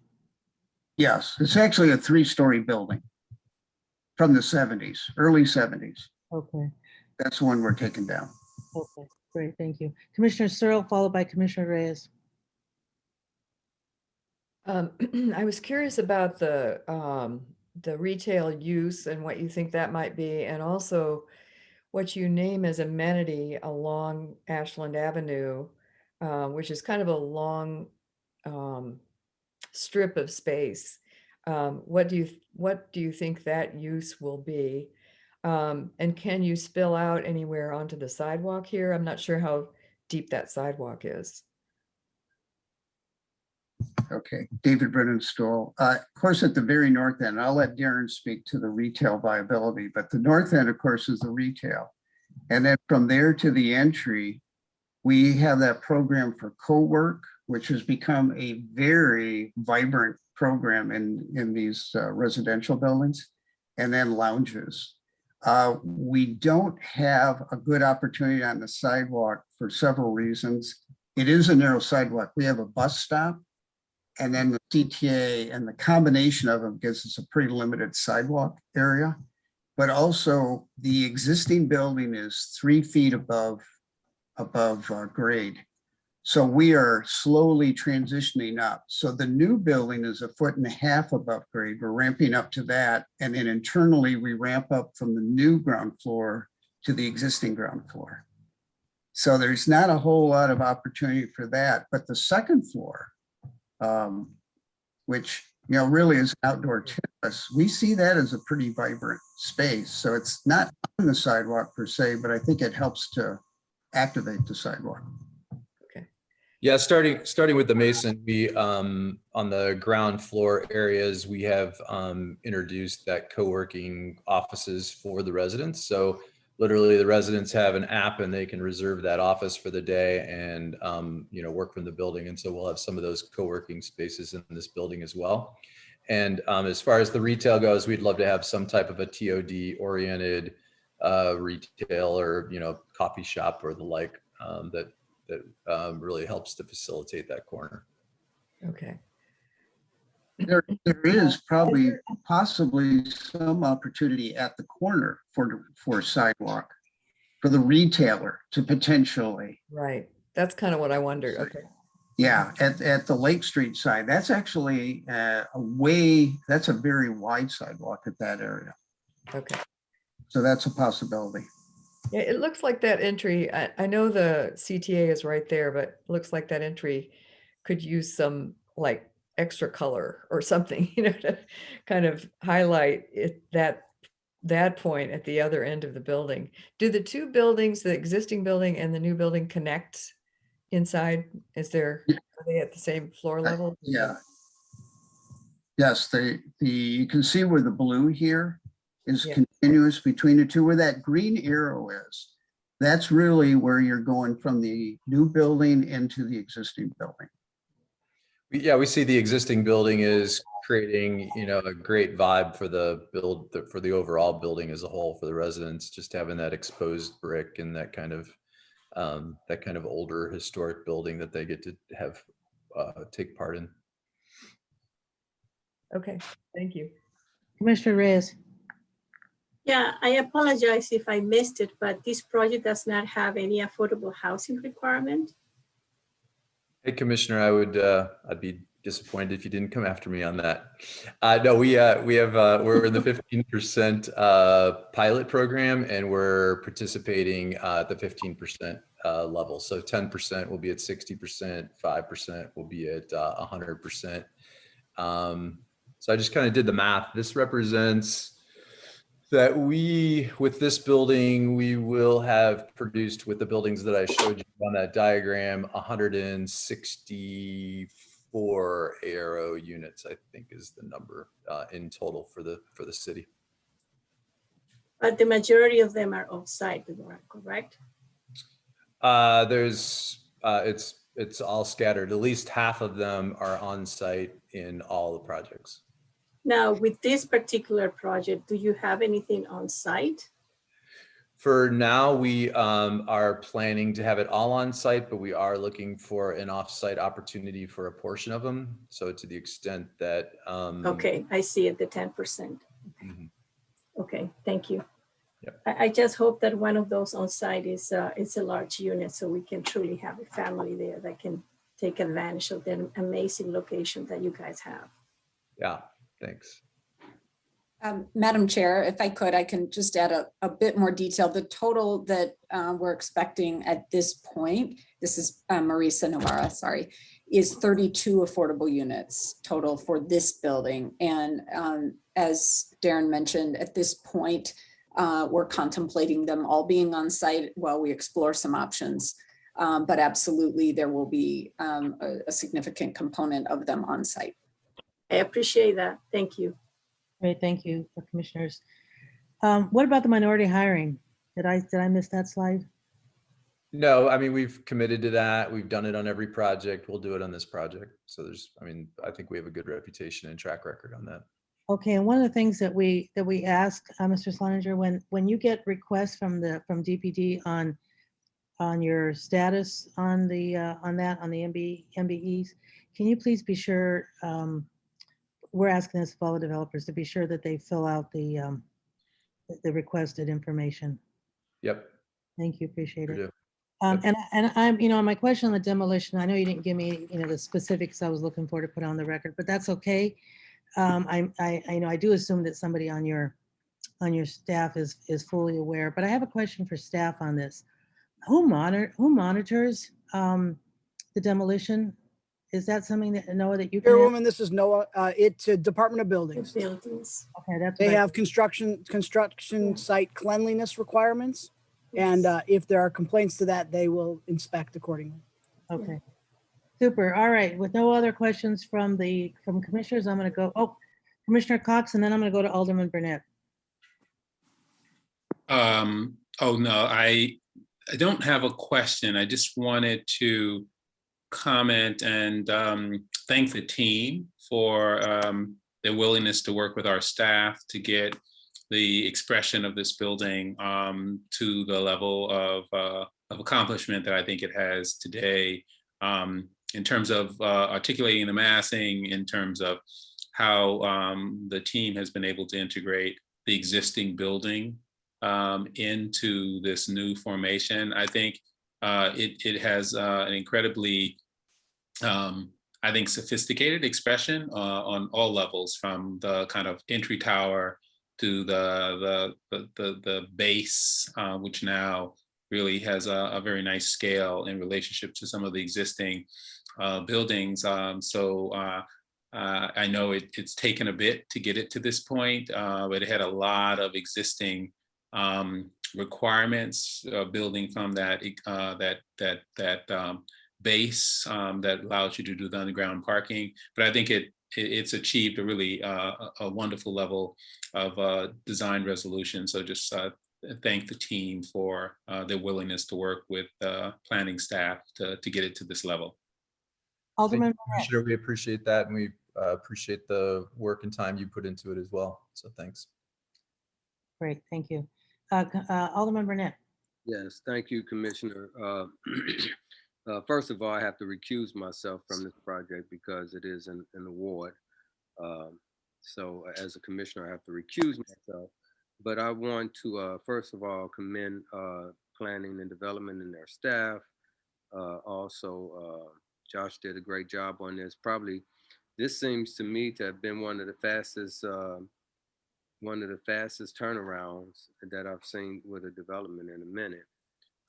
Also want to commend the Department of Housing for being flexible, working with Darren in reference to the affordable housing part. One of the things that needs to be noted is that this building actually sits to the east of Hermitage Manor. Hermitage Manor is one of the oldest cooperatives in the city of Chicago, where people rent and partially own as a group in the development over there. Darren, through my encouragement and his own efforts, went and worked with that organization, and they all came out at the community meeting to approve it. And they share a alley in there, some space in between both properties, and they have committed to doing some improvements there, and other things for this development. This development is also in the shadows of West Haven. Is about a half a mile away from that development on Damon and Lake that Brenshaw Michael that was presented to us last month that they built. And as Brenshaw Michael noted, that was one of the last buildings that they needed to do with their court stuff and commitments, but they still had a lot of other property that was vacant in the area, which was sort of like missing two teeth in that development.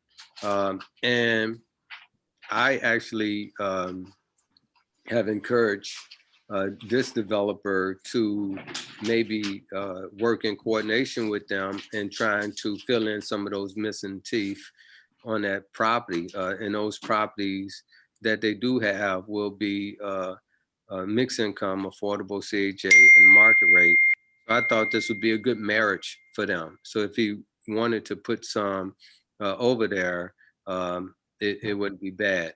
And it would help to fulfill the continued mixed income in this community. This is probably one of west of Ashland, is between Ashland and Western, is probably one of the most affordable housing in one area, that we have permanent affordable housing in an area that we have in a community. And so I commend the developer for stepping past Ashland and mixing it up. That's one of the reasons why in my pilot program that I push for 15% affordable in the pilot instead of 20% as we do east of Ashland and over on the near north side, because we have a lot of affordable in this area between West Haven and Hispanic housing and Damon Courts and related affordable housing. And I can go on and on. There's a lot of affordable in this area that's permanent. So we need some kind of mix in this community. But at the same time, I want to help help Brenshaw Michael to be able to fill in those gaps in the community and develop the rest of the property. So hopefully I can bring that marriage together, and some of that affordable can go over there. Although we do want affordable in that building. I live right around the corner from this development. This is where I live, just west of there on the 1600 block. And it's a great neighborhood. It's coming up. It's good to see developers crossing that line. The area is starting to get hot, not only in this area, but it's starting to get hot west of Western also. So a lot of great things are going to happen. We're excited about it. We're excited about the future of what's to come in this area. We're excited about the fact that, although we do have a lot of affordable and permanent affordable and low income in this area, that property values are still going up. People are still moving to this community of all incomes and, from all backgrounds. So we're just excited about the display of diversity and acceptance of people coming to the city to move in these communities. I think is great. And I think this this development is going to add to that. And Darren has done a good job. The developer has, Marquette has done a good job with working with the community, working with the park district, working with the neighbors behind him with Hermitage Manor, and doing things for the park, doing things for the development, and working with everyone in the neighborhood. So we commend and appreciate this developer. He does a good job in being holistic with his development and touching everyone in the neighborhood. So I support this, and I ask that the body support it also. And we did have a community meeting, and no one had anything bad to say. Everyone was in support of this. I just wanted to mention that. Thank you. Thank you, Alderman. Do I have a motion on the proposed plan development submitted by MP 140 Ashland LLC for the property generally located at 140 North Ashland Avenue, finding that it meets the requirements for approval? So moved. By Alderman Tunney. Moved by Commissioner Searle, seconded by Commissioner Tunney. Commissioner Biaggi. Yes. Commissioner Penfold. Yes. Commissioner Burnett is a recusal. Commissioner Cordova is a yes. Commissioner Cox. Yes. Commissioner Flores. Yes. Commissioner Garza. Yes. Commissioner Grossman. Yes. Commissioner Kelly. Commissioner Lyons. Yes. Commissioner Murphy. Commissioner Yes. Novata. Commissioner Murphy is a yes. Commissioner Novata. Commissioner Reyes. Yes. Commissioner Searle. Yes. Commissioner Shaw. Yes. Commissioner Tunney. Yes. Commissioner Villegas. Yes. Commissioner Wagasbuck. Motion passes. Congratulations. Thank you. Thank you very much. Appreciate it, commissioners. Next item on the agenda is D3, a proposed plan development submitted by Sangamon Monroe LLC for the property generally located at 37 South Sangamon Street. The applicant is proposing to rezone the site from DX-5 downtown mixed-use district to a residential plan development. The applicant proposes to construct a 258-foot tall building with 80 residential units, 115 accessory vehicular spaces, and ground floor commercial space. The 3.1 floor area ratio bonus will be taken, and the overall FAR of the plan development will be 8.1. This is in the 25th ward. Emily Thrun will provide the context overview, and the applicant will present the proposal. Thank you. For the record, my name is Emily Thrun with the Department of Planning and Development.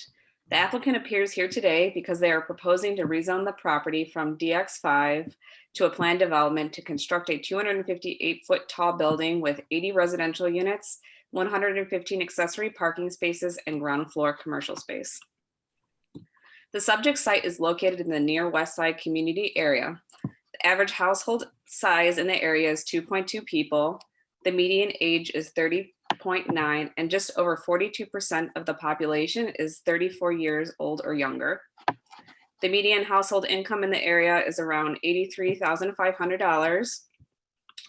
The area's proximity to the loop and transportation networks, as well as its thriving dining and retail scene, make it one of the most desirable places to live, work, and play. The rectangular shaped site is bounded by South Sangamon Street to the west, West Monroe Street to the south, a 2-story institutional building to the east, and a surface parking lot and a 10-story residential commercial building to the north. The site is located approximately 1,750 feet southeast of the CTA's Morgan Pink Green line stop and 1,850 feet northwest of the CTA's UIC Halsted Blue line stop. The site is located south of the CTA's number 20 Madison bus stop, west of the CTA's number 8 Halsted bus stops, and north of the CTA's number 126 Jackson bus stops. This is a view of the site outlined in a dashed line looking northwest.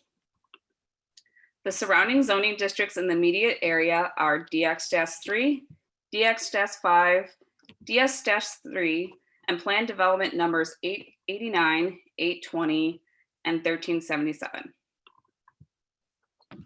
The surrounding land uses in the area include institutional, residential, commercial, open space, and parking uses. Here is an aerial view of the proposed building in context with approved projects from the south. And here is a rendering of the proposed building from the south. This is a rendering of the top of the building from the southwest. And the next few slides include images of the existing pedestrian context on the site and the same pedestrian level view of the proposed project. This is a view of the proposed building from the corner of Sangamon and Monroe Streets. This is a view of the proposed building along Sangamon Street. And a view of the proposed building along Monroe Street. The project is subject to the West Loop design guidelines that was approved by the Chicago Plan Commission in September 2017. The document provides guidelines to promote context-sensitive design excellence, high-quality materials, and pedestrian-oriented design. Now I will turn the presentation over to Rich Clowder, the applicant's attorney, who will further explain the details of the proposal.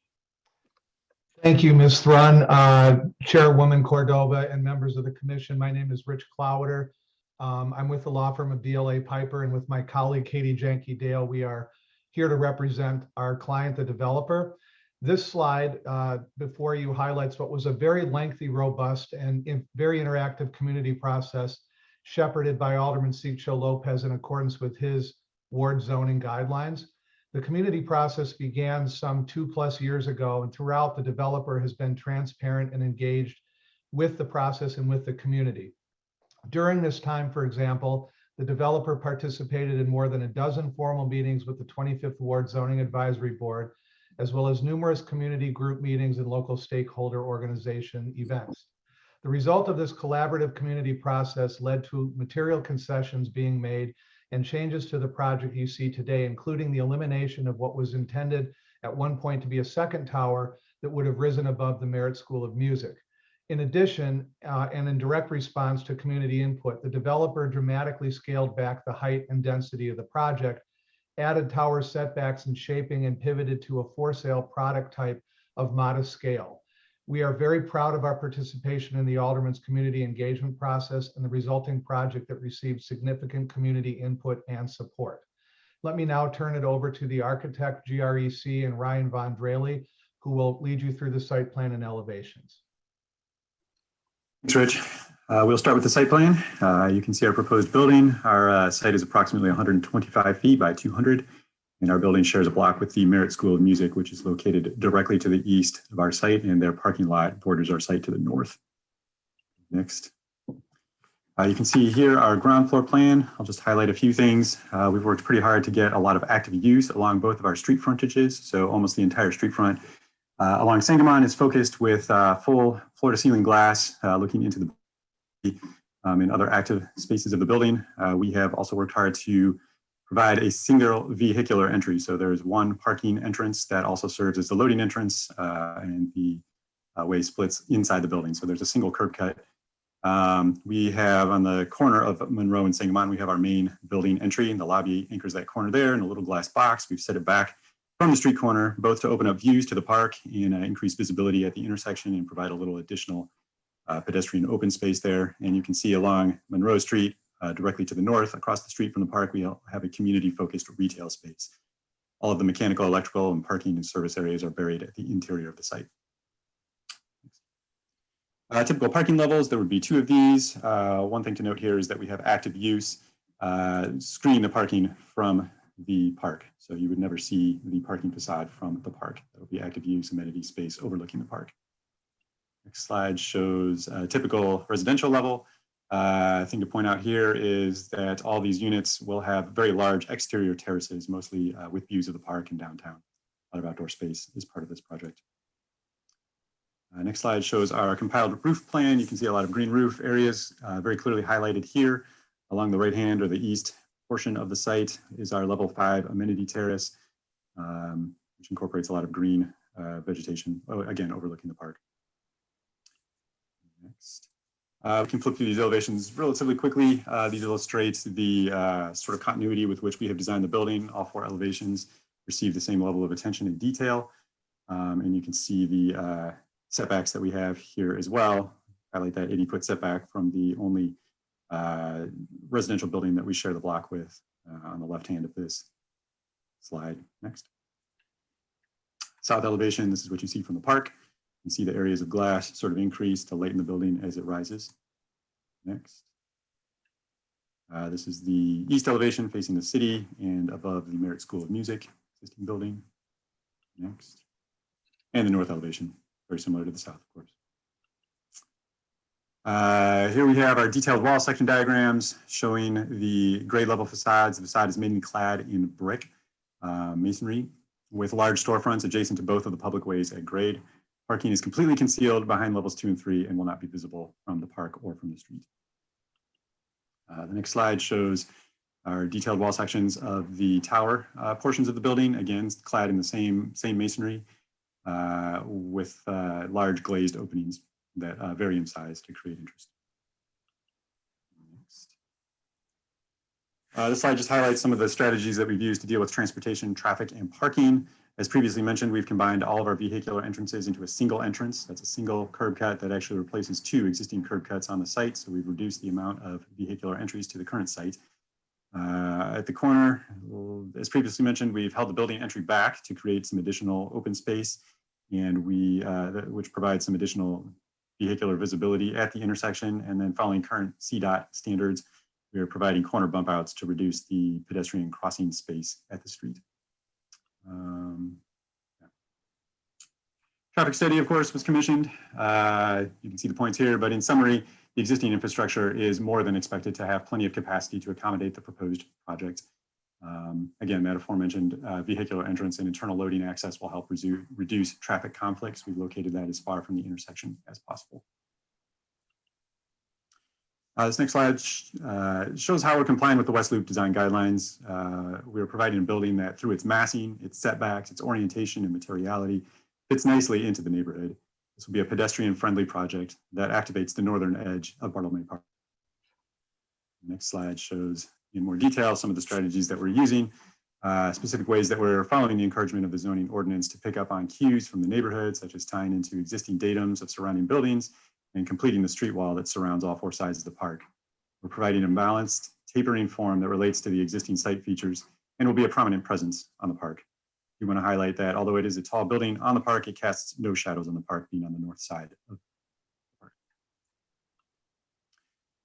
Next slide, I think we've covered most of these points already. Again, just pointing out that all the parking and mechanicals are buried at the interior of the site, which has freed us up to provide a lot of active use and community-focused activity on the street front, especially across from the park. Open space and landscaping.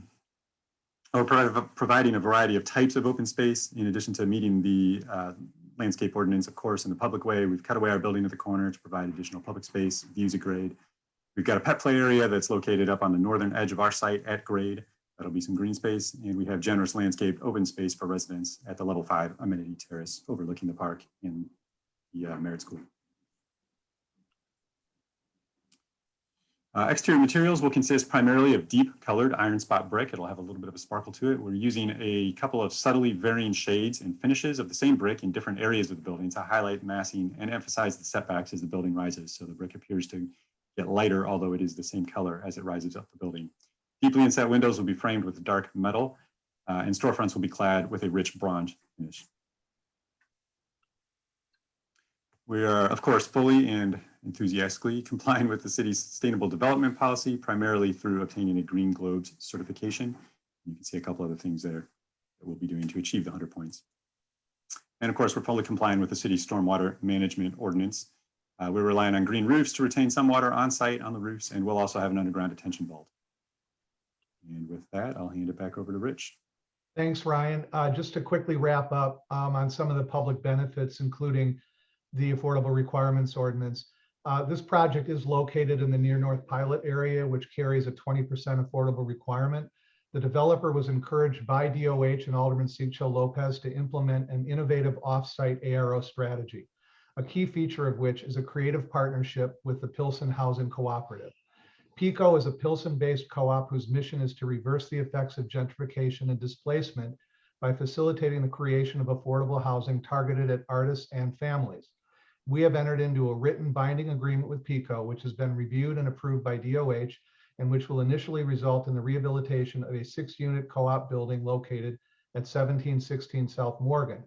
We also hope to replicate this partnership and to create additional offsite affordable units pursuant to the template we've negotiated with PICO and DOH. Additional community benefits include a neighborhood opportunity fund bonus payment of $1.7 million, a commitment to community hiring and MWBE participation in the construction of the building, the establishment of a scholarship opportunity for students at Benito Juarez High School, and we are also working with a recently displaced small business to incorporate them into the ground floor retail component of the project. You can see a summary of the community benefits on your screens. Let me now turn it back to Ms. Thrun, who I believe will wrap up. Thank you, Rich. The Department of Planning and Development has reviewed the materials submitted by the applicant and has concluded that the proposal would be appropriate for the following reasons.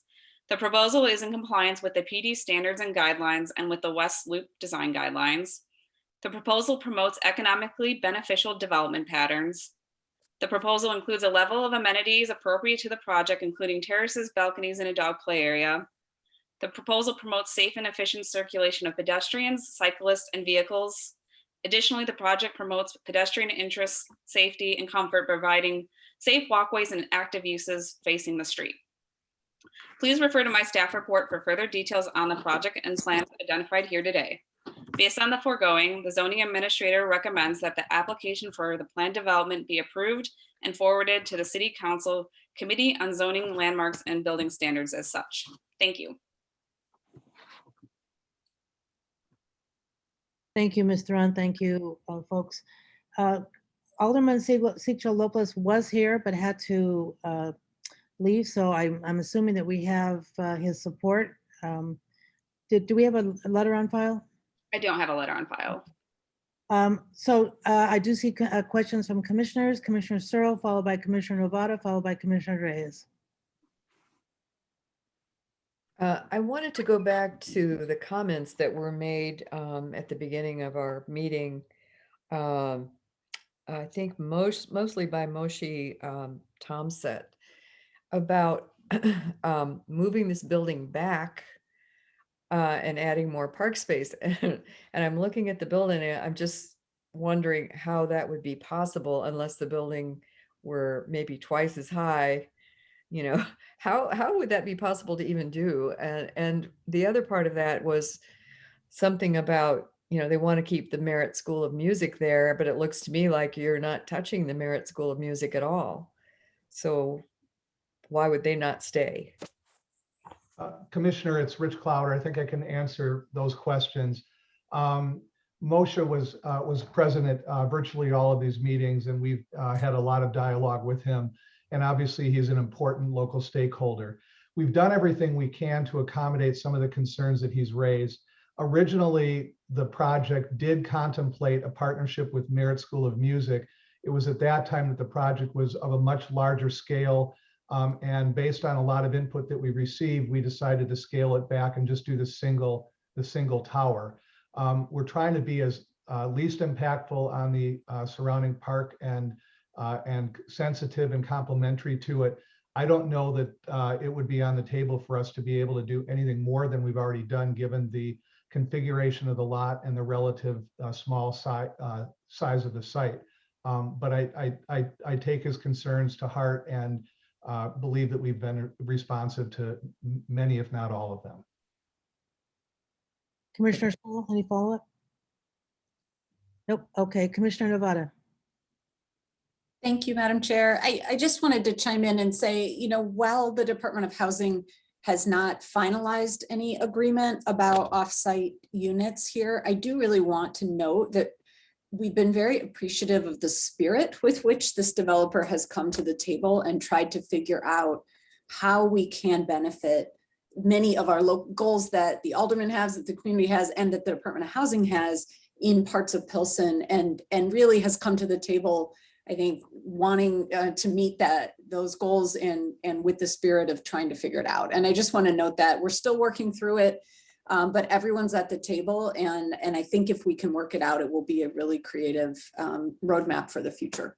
Just wanted to note that. Thank you. Thank you. Commissioner Reyes.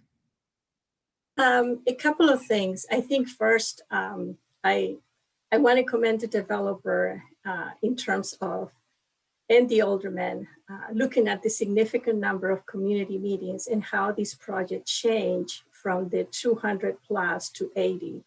And I said this because earlier, one of the comments that we got from the witnesses was why this project, when the number of units was decreased. And there's a clear answer to that. It's a community participation, a very active and strong community participation that it was allowed by the aldermen. So I think that's something that needs to be noted. The other is to also commend the Department of Housing, because as the commissioner and just mentioned, there is an important work in progress agreement that is going to produce 8 units in Pilsen, which is part of the requirements of the Near North pilot, that is going to create affordable homeownership, which I think is incredibly important and incredibly creative. This project is going to bring those units to the Pilsen community that continues to be gentrified. So I commend the creativity and the fact that you had at the table the alderman, the developer, and the Department of Housing trying to find within the language of the existing ARO an option that is going to benefit families that are living in Pilsen and now they're going to become homeowners because of this. I also need to say that I will recuse myself because my organization, the Resurrection Project, was also involved in the conversations with the developer and the alderman and PICO. But this is a great example of creativity and how we can increase affordable housing in communities that are being gentrified. Commissioner Burnett. Yeah. Hold on 1 minute, Carl. I apologize. Can you just go over the affordable part with me? Again, I kind of missed it. I'm sure, Commissioner Burnett. Again, for the record, Rich Clowder, DLA Piper. From the beginning, we were committed to a partnership with a Pilsen organization and the goal of contributing however we can to reversing the effects of gentrification and displacement. And so where we landed with a lot of input and assistance from DOH and the aldermen and others is on a 16-unit offsite affordable commitment, the first 6 units of which will be done in partnership and will involve the rehabilitation of a building at 17th and Morgan in partnership with the with PICO. And we expect to continue that partnership either with them or at least certainly replicate that model. Rich, hey, Rich, yeah. Can you slow down a minute? Somebody on my staff was talking to me, so it's hard for me to listen to 2 people. Can you do that over again for me? I appreciate it. Sure. We're going to fulfill the ARO requirement offsite with a commitment to a partnership for at least the first several units and hopefully more than that with an organization called PICO. They are a Pilsen-based organization that is committed to affordable housing and mitigation of gentrification and displacement. And so we intend to be joined at the hip with them with oversight from DOH in connection with a partnership for that project and hopefully others as well. So you're going to do your offsite in Pilsen? Yes, correct. Nothing in this building? Excuse me? You're not going to do any in the building? Correct. Someone's laughing. Me, it's Fran Grossman. Okay. So the developer is going to partner with this group to build? Yes, we actually have already a written agreement with them, which will basically, we will provide the funds for them to be able to rehab a 6-unit building, and it will be a co-op with membership interests sold. So it's effectively a for sale product to artists and their families who are based in and live in Pilsen. What's the role of the Department of Housing in setting up that agreement?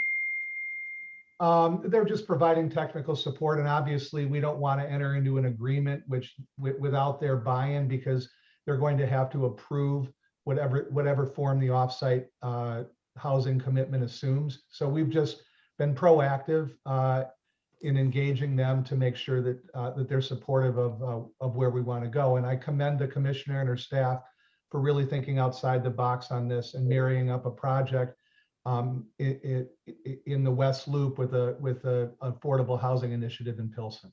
So hold on, Rich. So you're saying. Alderman, can I answer the chairwoman's question as well? The role that we've been playing is one, making sure that these conversations are happening concurrently with the law department to make sure that we're meeting the guidelines of the ARO pilot, as well as making sure that the commitments that are owed per unit are being met. If this idea is to take fruition, that it would adequately meet the guidelines that they would have had if it were on site. So we're sort of playing, as Rich said, a technical advisory role to ensure that as these ideas develop, we're doing so in concert with what the ARO allows us to do and in concert with the obligation that the developer has.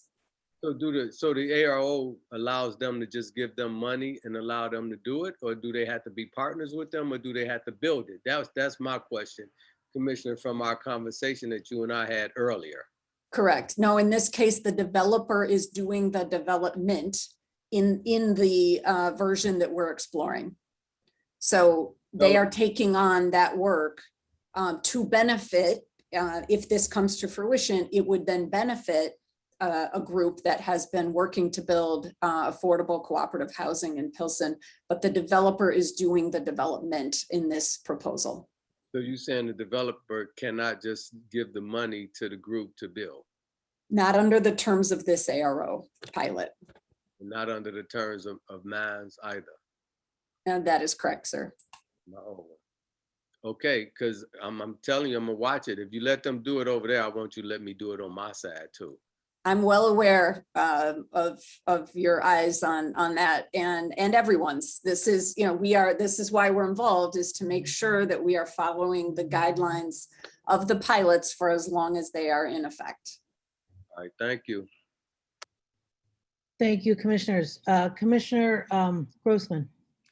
I'm wondering if we can get some kind of report on a yearly basis of the affordable housing and what the results have been. I mean, it's like we approve something or we make suggestions, but it's like going into a box because you don't really know what happened.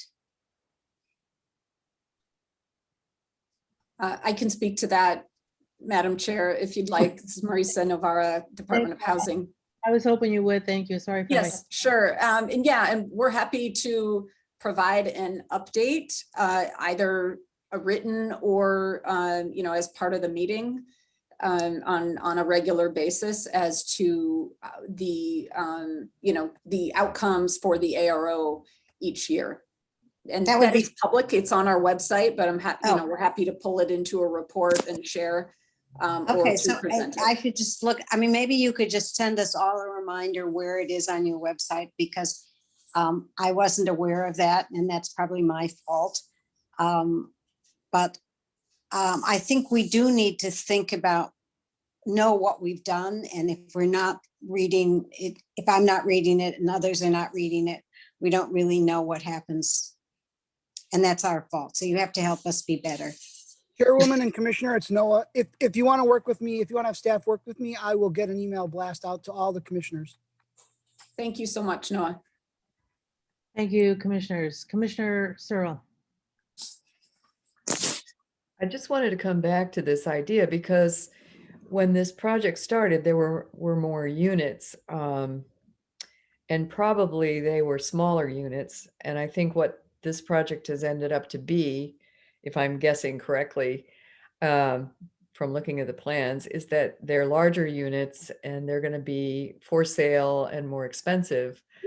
And I think what we have to understand is the neighborhood groups are always going to advocate for something lower and smaller and less. Yeah, we've got a lot of 4-bedroom, 3-bedroom units right here. And what we want when we get affordable housing, we need to have a good balance between you know, the number of units, the height of the building. And we may not always satisfy everyone in the process, including the current neighborhood. But this is part of downtown and it needs to be considered that way. So I think, you know, we can't narrow down and what do I want to say? Lower down the development that needs to occur, and it needs to occur in order to get more affordable housing in the process on site. So that I might be wrong about that, but I think I'm right. So. Thank you, Commissioner. Commissioner Lyons. Thank you. You know, I think the what was discussed about the agreement with PICO is really interesting. I was curious though, is there, and I apologize if I didn't see it, but a letter of support or from PICO or any sort of anything on file that would sort of be a part of the record on that? Commissioner Lyons, Rich Clowder again for the record. We wrapped this up with them actually yesterday. We had offered them to be part of our presentation, but we didn't wrap things up with them in time. I'd be happy to recite an email that I received from them last evening, wherein they said, please feel free to represent to the Plan Commission members that we are in full support of your project and that we have a written agreement with you and that we are and that you have our support and you can represent as much publicly. So that's the best I can offer you. I'm happy to share the contents of that email with Noah, and he can circulate it among the commission. Great, thank you. That would be really helpful. I think it's, you know, I would just encourage, you know, in the future, you know, I understand these things can happen at the, you know, in the 11th hour. But I think it's a great opportunity to kind of hear the voice of the community that, you know, is going to be positively impacted, that was a part of this. And so, you know, in the future, if there's a way to sort of incorporate that into the presentation or, you know, have that voice be present, I think that's so important as we think about these projects and the holistic nature of it. So thank you for that background, and Sure. Just encouraged to make that, you know, continue as we sort of move forward. Great, thank you. I have a quick question about the retail. You know, there's a building to the block to the east of you that when they said they were going to have retail, and perhaps it's because of COVID that they haven't, but there's a lot of deactivation of the streets, at least on three directions of that building. What guarantee do we have that you're going to actually do the retail? And maybe that's also a question for you, staff, for you, Noah, in terms of the expectations that there will actually be retail there. So first for you, Mr. Clawwitter, and then to Noah. I mentioned this in my presentation, but Mike Elch and Nick Anderson, and you can hear from them on this if you'd like. They're the developers and the principals at Fern Hill. They have identified a recent business that was unfortunately forced to close, and they are going to incorporate them into the retail component of the project. I'm not at liberty to disclose who they are, but it will be a deal that I think will be very that the neighborhood will be very happy with. We have programmed ground floor retail. It is written into the PD and it's reflected in the plans. So there will certainly be retail on the ground floor, and beyond that, you know, that, I mean, so it's codified, if you like, in the PD and reflected in the plans, and so it will be retail on that basis. Great, thank you. Noah or Mr. Sobranik? Sure, I can speak to that. So there really is no surefire guarantee that a business will locate on a site. What we do is we have design standards and we have a zoning allowances and a use standard in the plan development that would permit the establishment of such uses on site. And it would, you know, certainly it behooves the applicant and their construction project to have a tenant in the building and not leave it vacant. But there is no surefire guarantee that someone absolutely has to go into that space. Okay, thank you. And this, I guess, another question for staff. All applicants that are in the West Loop, they do abide by, they look at copies of, I mean, they take seriously the West Loop design plan? Correct. They've submitted a checklist that shows step-by-step what points of the checklist they're meeting from urban design guidelines. Some of those are referenced here in Emily's presentation that she's been showing and are highlighted. But yes, every project that's in the West Loop design guidelines boundaries submits a checklist. Okay, great, thank you. So with no further questions, can I have a motion on the proposed plan development submitted by Sangamon Row LLC for the property generally located at 37 South Sangamon Street, finding that it meets the requirements for approval? I do, Fran Grossman. Moved by Commissioner Grossman, seconded by Commissioner Lyons. Commissioner Lyons. Roll call vote. Commissioner Biaggi. Yes. Family sponsorship. Commissioner Brumfeld. Yes. Commissioner Burnett. Yes. Commissioner Cordova is a yes. Commissioner Cox. Yes. Commissioner Flores. Yes. We have a proxy vote yes for Commissioner Garza. Commissioner Grossman. Yes. Commissioner Kelly, I think, has left the meeting. Commissioner Lyons. Yes. Commissioner Murphy. Yes. Commissioner Nevada is a yes. She was also a yes on the last vote for item D2. Yes, 140 North Ashland. Thank you. Commissioner Reyes is a recusal, I'm sorry. Commissioner Searle. Yes. Commissioner Shaw. Commissioner Tunney. Commissioner Villegas. And Commissioner Wagasbach. So I have yeses for Biaggi, Brumfeld, Burnett, Cordova, Cox, Flores, Garza, Grossman, Lyons, Murphy, Novada, a recusal on Reyes, and a yes with Searle. Motion passes. Congratulations. Thank you very much. Great. Next item on the agenda is D4, a proposal. Excuse me, Chairwoman, I'm sorry. Commissioner Kelly seems to have his hand raised. Okay, I'm sorry. When I'm doing is that for a yes or is that a comment? Go ahead, Commissioner. Yeah, I'm a yes on this. For some reason, my camera's not on, so it might have been, but I'm a yes. Okay.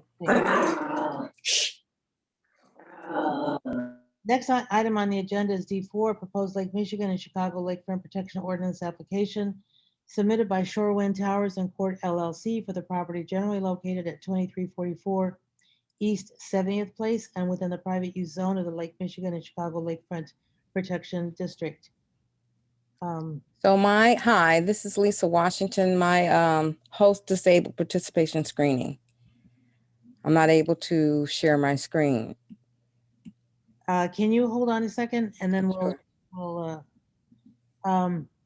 okay, where was I? Let's see here. I'm not sure where I left off. So let me start again. The next item on the agenda is D4, proposed Lake Michigan and Chicago Lakefront Protection Ordinance application submitted by Shorewind Towers and Court LLC for the property generally located 2344 East 70th Place and within the private use zone of the Lake Michigan and Chicago Lakefront Protection District. The property is zoned RM-5 downtown mixed use district.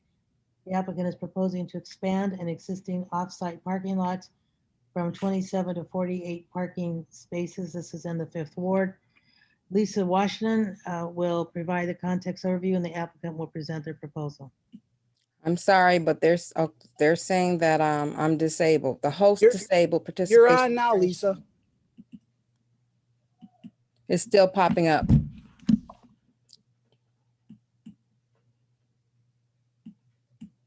Nope.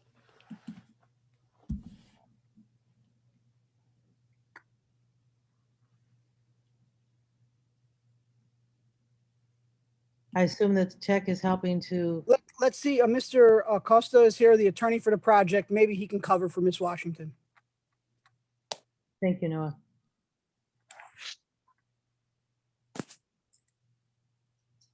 I'm sorry, this is Kamal. I got it. I got it. Hello, I think I've now been upgraded. Thank you. I've got it. Can you see my screen? Yes. Great.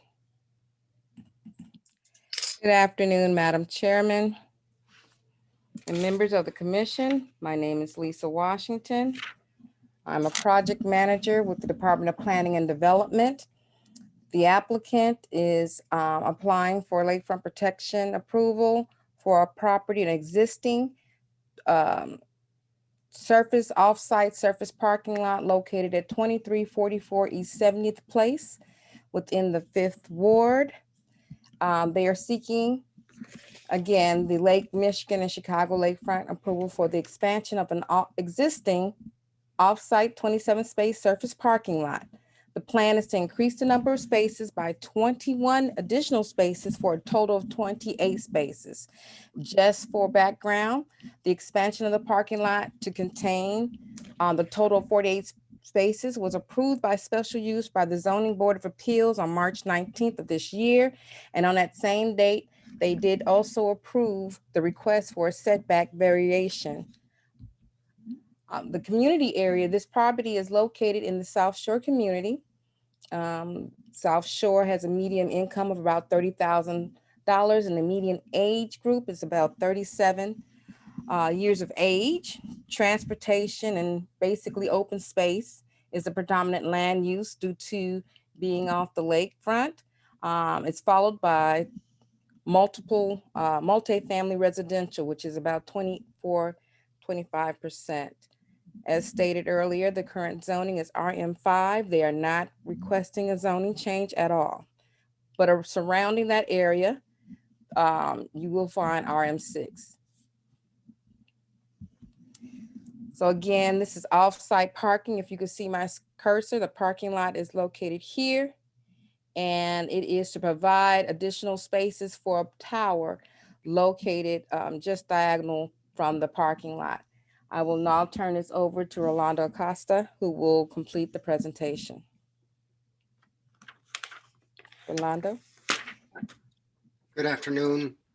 I don't know, can you hear me? Yes. Thank you. My screen doesn't, I'm not sure my camera is on, but the chairman will bear with me. I think it needs to be activated by someone, but I can start walking through the proposal. So thank you, Lisa.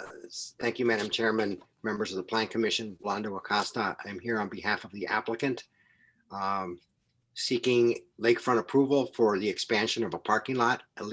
As Lisa commented, we've gone through various levels of approvals to try to secure this. This is the last of our approvals. The parking lot serves as accessory parking for a 16-story building that's located at the opposite corner of the block. You can see it here on your screen. It is located at 7000 South Shore Drive. That building contains 178 units today. It is to be expanded to contain 190 units. And as part of that expansion, we must provide 12 additional parking spaces in the parking lot. And in doing that work, we thought, given the ratio of parking to units, we would add an additional 9 parking spaces that, as you'll see in a moment, we believe also fit nicely into this parking lot. This parking lot was originally developed in 2010, but prior to that, it actually had secured, I believe, lakefront approval as well as special use approval for 48 parking spaces. It just so happened the developer never acted on that. It only built 27. And so as a result, the approval to the full extent of 48 lapsed and became only for the 27 that exist today. Next item. This is an image of the building that the parking lot serves. It's a circa 1926 vintage building that was built and actually opened just before the Great Depression. The applicant here acquired the building in 2019. It is doing some rehabilitation work in the building, having discovered that its mechanical systems were failing, at least in portion of it, and having to rehab those. And as part of that, the building contained some very large units, upwards of 2,400 square feet for some of them, and 5 bedrooms, which are really not market reasonable. By reconfiguring those units, they are able to create an additional 12 units in the building, which would have 1,125 square feet each. They would be 3 bedroom, 2.5 baths, And I hope Commissioner Navarro is still here so she can understand that we have not forgotten our commitment that we made. While the ARO is not technically applicable to this building, the applicant committed up front that they would make 50% of the new units, so that's 6 out of the 12, as affordable under the ARO provisions. Next slide. This is an image of the parking lot looking northeast from the corner of Oglesby and East 70th Place. Next slide. Can we get your video, Mr. Acosta? Is that possible? I'd love to put on my video. I don't think I'm the one who's. This is Kamal. Let me, 1 second, just let me fix that. Thank you.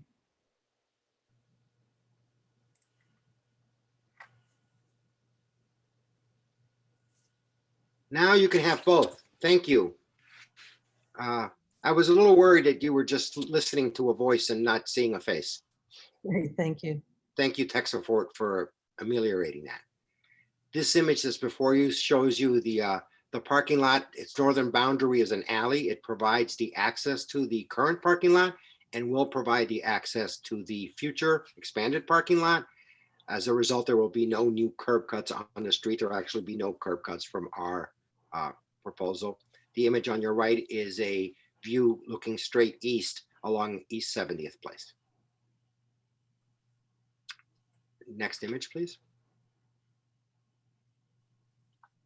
Giving you a sense of the immediate context, essentially built with multifamily residential, generally about 4 stories. When you go west of South Shore Drive, on South Shore Drive, there's buildings of much taller heights, like the one at 7000 South Shore Drive that is 16 stories. Its immediate neighbor to the south is approximately 15 stories. Next slide. This is just a site plan of the existing parking lot, so you can see how it's configured with 70th Place at the bottom or southern portion of it, the alley to the north, Oglesby on the west, and then a private property to our immediate east. And this is the proposed new parking lot, which maintains a landscape perimeter along the frontage of the property on the streets, and actually along all our frontages, except we're interrupted by the driveways. We are preserving most of the trees as they are mature, good trees on site. Those are showed more in a shadow on this plan, and we're augmenting that with new landscaping, including additional trees, which are in the darker outline. In addition to that, in working with the city's Department of Water Management, we've tried to address the water retention, which is currently not provided from this parking lot on site. And we're doing that through permeable pavers. The area that's going to have permeable pavers is shown as grade over the parking spaces in the center of the site. There's sandy soils below, so this is a site that is very suitable for allowing water to just percolate down into the soil, as opposed to trying to detain it or handle it otherwise. We've also had this project reviewed, and this plan specifically reviewed by CDOT, which has issued its approval as to the configuration and the location of the alleys, or the access to the alley. I think with that, I may turn it over to Lisa, although I'm happy to address. I mean, most of the standards in these 14 policies don't really apply to this project because we're not impacting them at all. From a water quality, ecological balance of Lake Michigan, we've gone through the stormwater detention review by the city's administration, and otherwise we are maintaining and helping to preserve, hopefully for a very long time, the existing relationship between the Lakeshore Parks and the community edge. Clearly the building at 7000 South Shore Drive, which is a very attractive vintage building, this extends its life further into the future, and this parking lot makes that building function in a much more accommodating way for the community. As we know, we have residents today who desire parking, and given that we have none, they are relegated to trying to find out on the street and occupying neighborhood street parking. This will alleviate some of that. Project timeline, you can see this from the beginning. We secured the approval from the zoning department, zoning bureau. with respect to the additional units. In December, filed to the ZBA in January, had our ZBA approval last month, immediately filed for this lakefront application filing, and are very pleased to be here today. The parking lot itself, its construction is likely to start in July. There's some construction work that is being done in the building. So we'd like to keep the parking lot in service so we can basically park construction workers' vehicles during that time and not disturb the community. And then once that's alleviated, we would go into construct the parking lot so that it is completed when occupancy of the building is completed. Thank you, Rolando. So the department has reviewed the application and we find that it's in compliance and recommends the approval of the application for the lakefront protection regarding the lakefront protection ordinance. That concludes my presentation. Is Alderman Hairston here to make a statement? Or is there a letter on the file? No, there's not a letter on its file, but she did give her verbal support of this. I'm not seeing any questions from commissioners. Do I have a motion on the proposed Lake Michigan and Chicago Lakefront Protection Ordinance application submitted by Shorewind Towers and Court LLC for the property generally located at 2344 East 70th Place within the private use zone of the Lake Michigan and Chicago Lakefront Protection District, finding that it meets the requirements for approval? Moved by Commissioner Shaw. Seconded by Commissioner Searle. Thank you, commissioners. Commissioner Biaggi, Yes. Commissioner Brumfeld, Yes. Commissioner Burnett, Yes. Commissioner Cordova, yes. Commissioner Cox, Yes. Commissioner Flores, Yes. Commissioner Garza is, I'm sorry, he's gone. Commissioner Grossman, Commissioner Kelly, Kelly is a yes. Commissioner Lyons, Yes. Commissioner Murphy, Yes. Commissioner Novata. Yes. And Madam, I had my hand up earlier. Can I just say one thing? Oh, I'm so sorry. I didn't. No. I It's fine. It happened after I started the roll call, and once I start the roll call, I usually put my my head down. So I'm sorry. I put that. I saw your I didn't see your hand after I put my head down. Not at all. If I could just say one quick thing, which is to Mr. Acosta's point, yes, I do appreciate the inclusion of affordability here. And most importantly, I think it's great to speak to this as a place where we're providing 3-bedroom and even more bedroom units in a community setting, which we're always looking for and grateful for. So just wanted to note that in my vote as a yes. Thank you so much, Commissioner. Commissioner, where am I? Reyes. Yes. Commissioner Searle.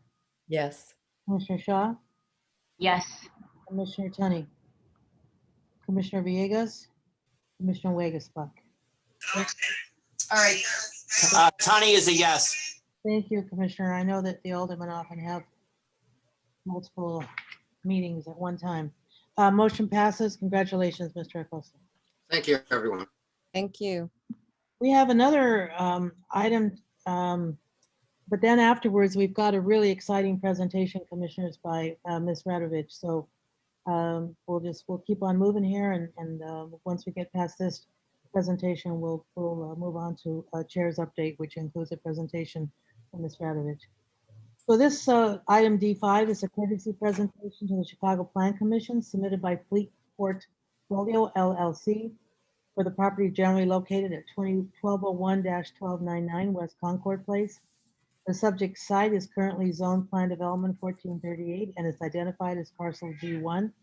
The applicant proposes to construct a 150-foot tall office building containing 267,189 gross square feet of floor area to house business, amenity, and lobby uses. This is in the 2nd Ward. Cindy Robick will provide the context overview, and the applicant will present their proposal. Thank you, Chairman.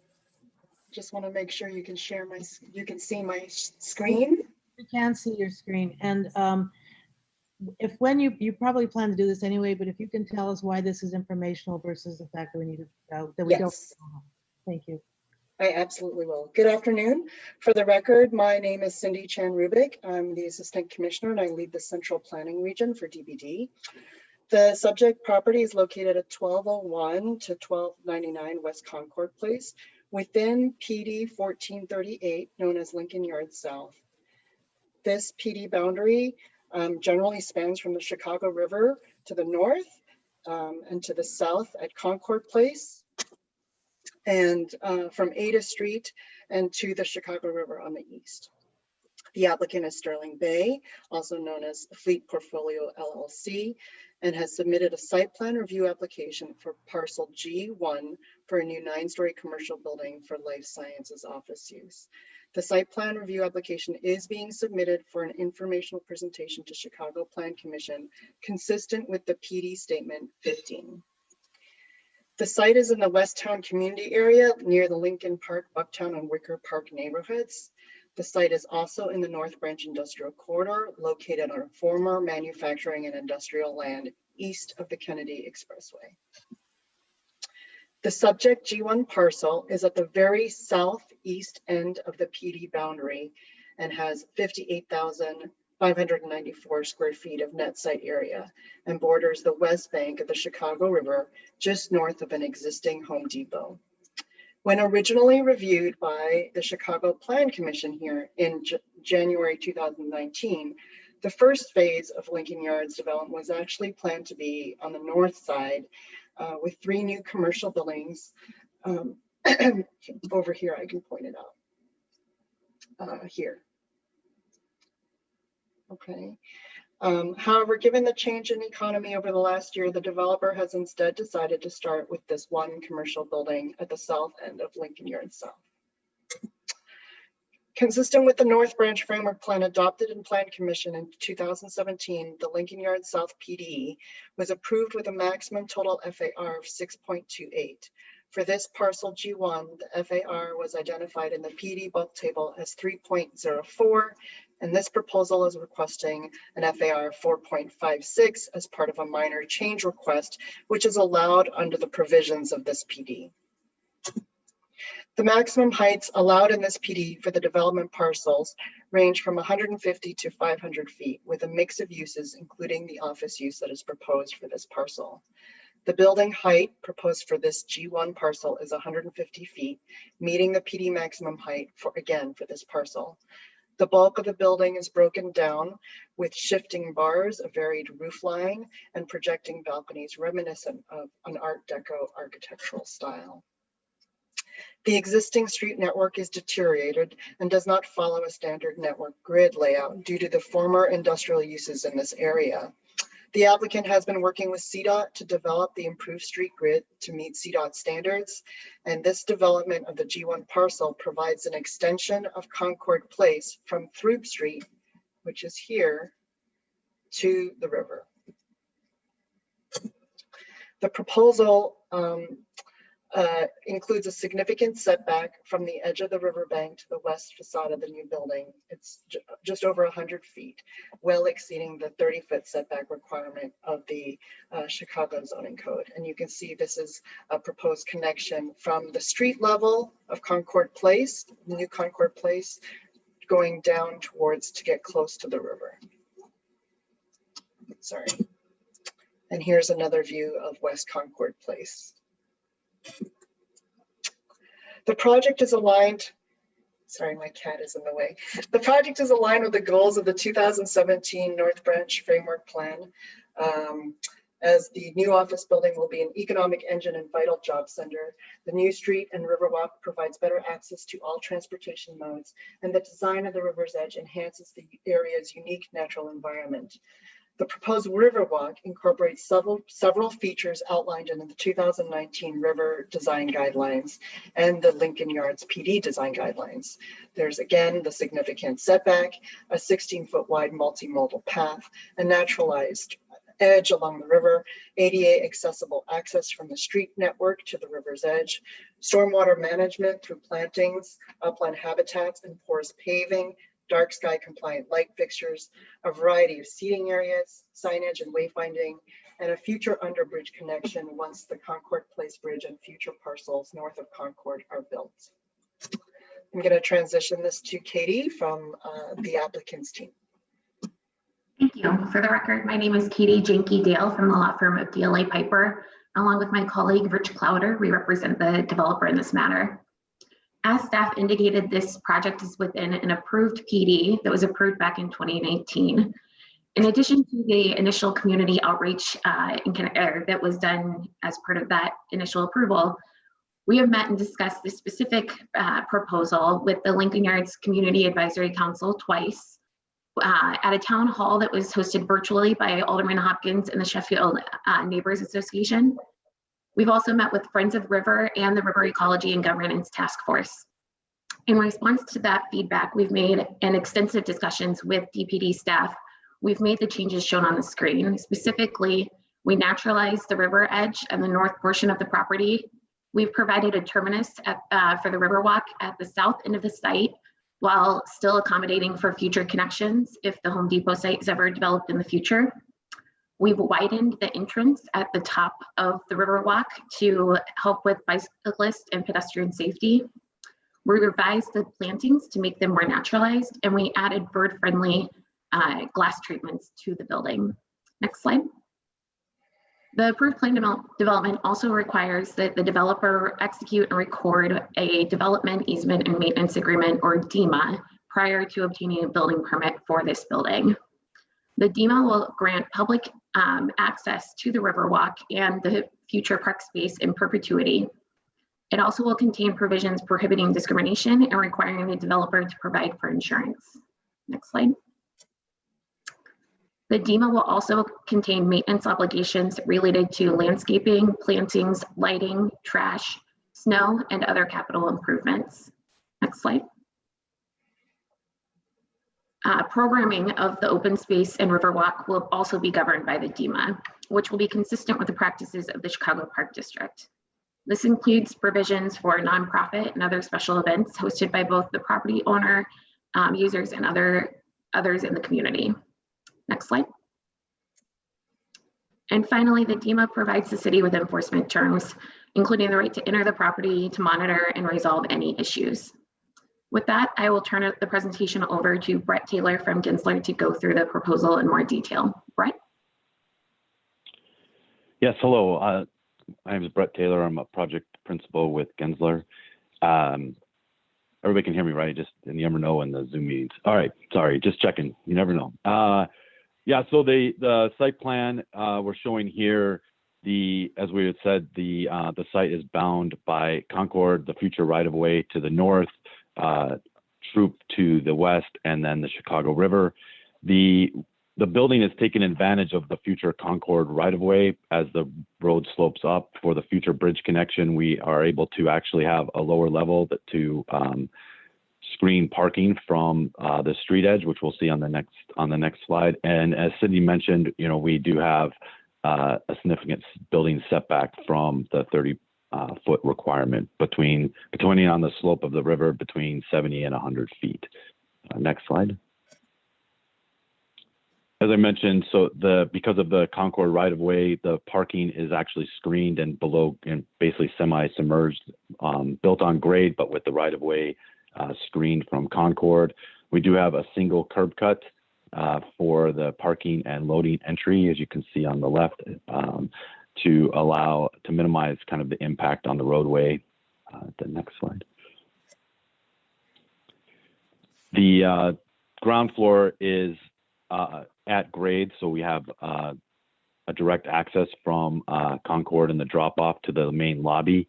The main floor is really houses a lot of the back of house space, and then the balance is lobby and amenities specifically for tenant use, such as fitness and conference centers, lounge space on the ground floor that has direct access to the Riverwalk. Next slide. The second floor is actually a continuation of some of the amenity space, continuation of conference with a shared floor for some of the flexible office lab space, and a terrace. As Cindy also mentioned, terraces facing towards the river, so that amenity has access to some outdoor space on that second level. Then next floor. The typical office floor is designed flexible for a mix of lab or office users, depending on the market demand for this, but it is primarily developed so that lab users would have all the services they need. As we mentioned, there is a terrace facing the river with great views, kind of really unobstructed views of downtown and the river. And then another feature that we will show is we took one of the egress stairs and located on the exterior of the building, and this is to promote kind of interconnectivity of the floors and give another opportunity to not necessarily use the elevators or have more activity between floors, depending on the uses. If there are a multi-tenant floor, they would also have the ability to use this interconnected without building another stair within the building. Next slide. The top floor is a screened, kind of a mix of screened exterior equipment and roofed interior equipment. Because of the nature of it being a lab, that it's important to be able to provide flexibility of equipment, but while still screening from the street. So when we look at the elevations, you'll see the screening element at the top, but that's a mix of inside and outside elements there. So. I know we saw the renderings, but I think overall the design of this building was really bound by a couple things. That the idea of creating light, air, and openness. This was really the driving force. I think a lot of those elements came into the design of the facades, and then some of the Art Deco nature is just as much about that, and the connection to the river, kind of this nautical and water theme. We also felt as a slipping bar, so you'll see that the facades have different treatments. Some of them are related to passive solar strategies, and just also to kind of provide different avenues for different tenants.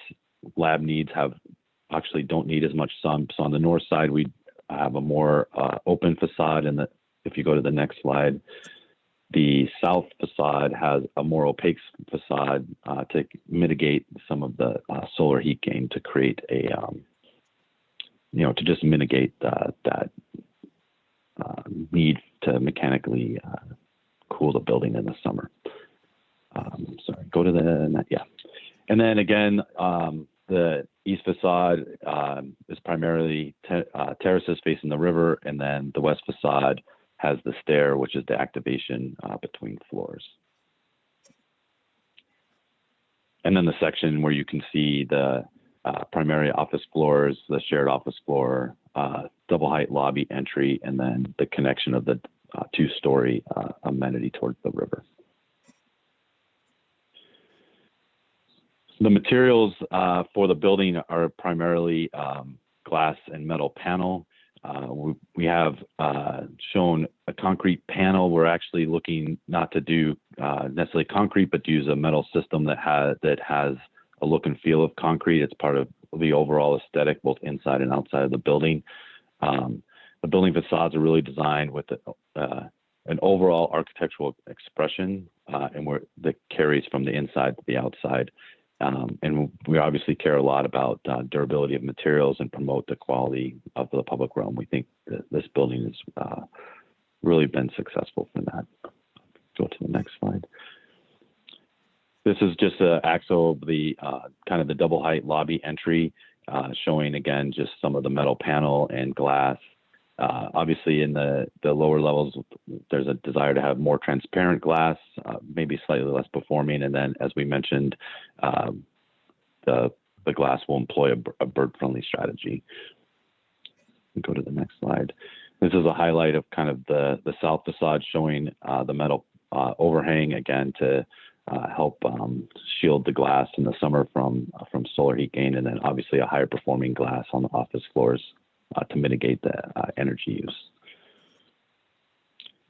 The north facade has primarily glass, but then has a metal band that helps connect the two systems as it wraps around the building. So that's why you see this metal kind of slab edge cover on the north facade.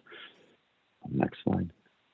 And then the balcony strategy is it's a slightly less steep sloped metal panel, but then wood decking and staying with the metal and glass themed there.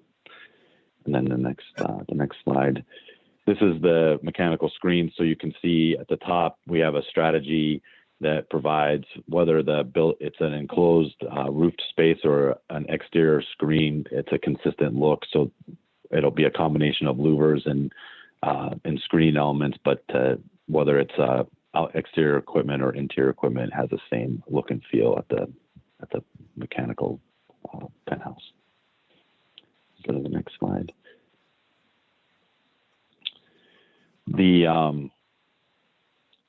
On here, the project provides spaces at the street level that are designed for active users.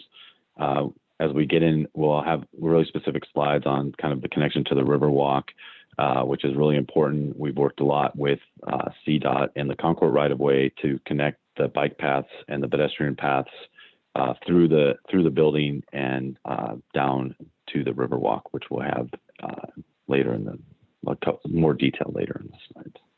Okay, next one. The project has a variety of publicly accessible hardscape and landscaped areas that are integrated throughout. Really, the majority of this project is really about connection, really to get all the way from through along Concord and then down into the Riverwalk. And then as Katie mentioned, and we'll show providing for the future connections both to the north and the south is really important for us to make sure that the entry is visible from the street and directly accessible, and that service areas are hidden through the single curb cut, but hidden from the main street view. The traffic study, I think it was we mentioned, the project includes the extension of Concord from through to the Chicago River, and then all the access drives are sufficient and will have limited impact on Concord operations with the single curb cuts. So here's the landscape site plan again with the focus on the Riverwalk. Really the main focus for us was the connection of the bike lane and pedestrian path. You can see the roundabout, which is the temporary condition until the bridge is built, and then there's a connection both for bikers and pedestrians through an accessible route that is sloped such we don't need guardrails or handrails, but provides both the pedestrian and bikers a way to get down to the future Riverwalk. We'll show this later, but we've designed the kind of shared pedestrian path to create safe and active environment with everyone have access to the river edge. I think we feel really a lot of the design is really to give people really access to the naturalized edge. And then we also have, some very specific connections for bike commuters to connect to the citywide network. Go to the next slide. Here's just a blow up of the same. So you can see the accessible path connecting to the Riverwalk. There is a stair path that will have a bike rail. So if bikers are, choose to just, have more expedient way down to the Riverwalk, they have another method without having to carry their bike. The finished elevations of the Riverwalk, both at the Concord Bridge and Home Depot to the south will be designed so that there's to match the existing grade. So if there is development to the south with the Home Depot site, they can connect directly in. And then obviously with the future connections through steel yards, the underbridge connection will be set for once the bridge is put in. And I think also, as Cindy mentioned, we did go through quite a bit of design review, and the majority of the edge is naturalized, and we have the section. The next slide will show kind of a better view of how that's being executed.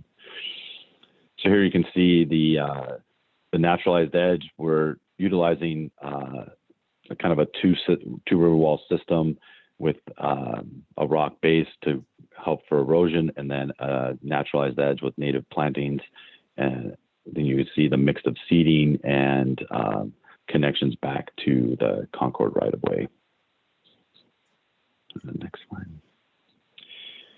We've obviously incorporated a lot of bird-friendly design strategies.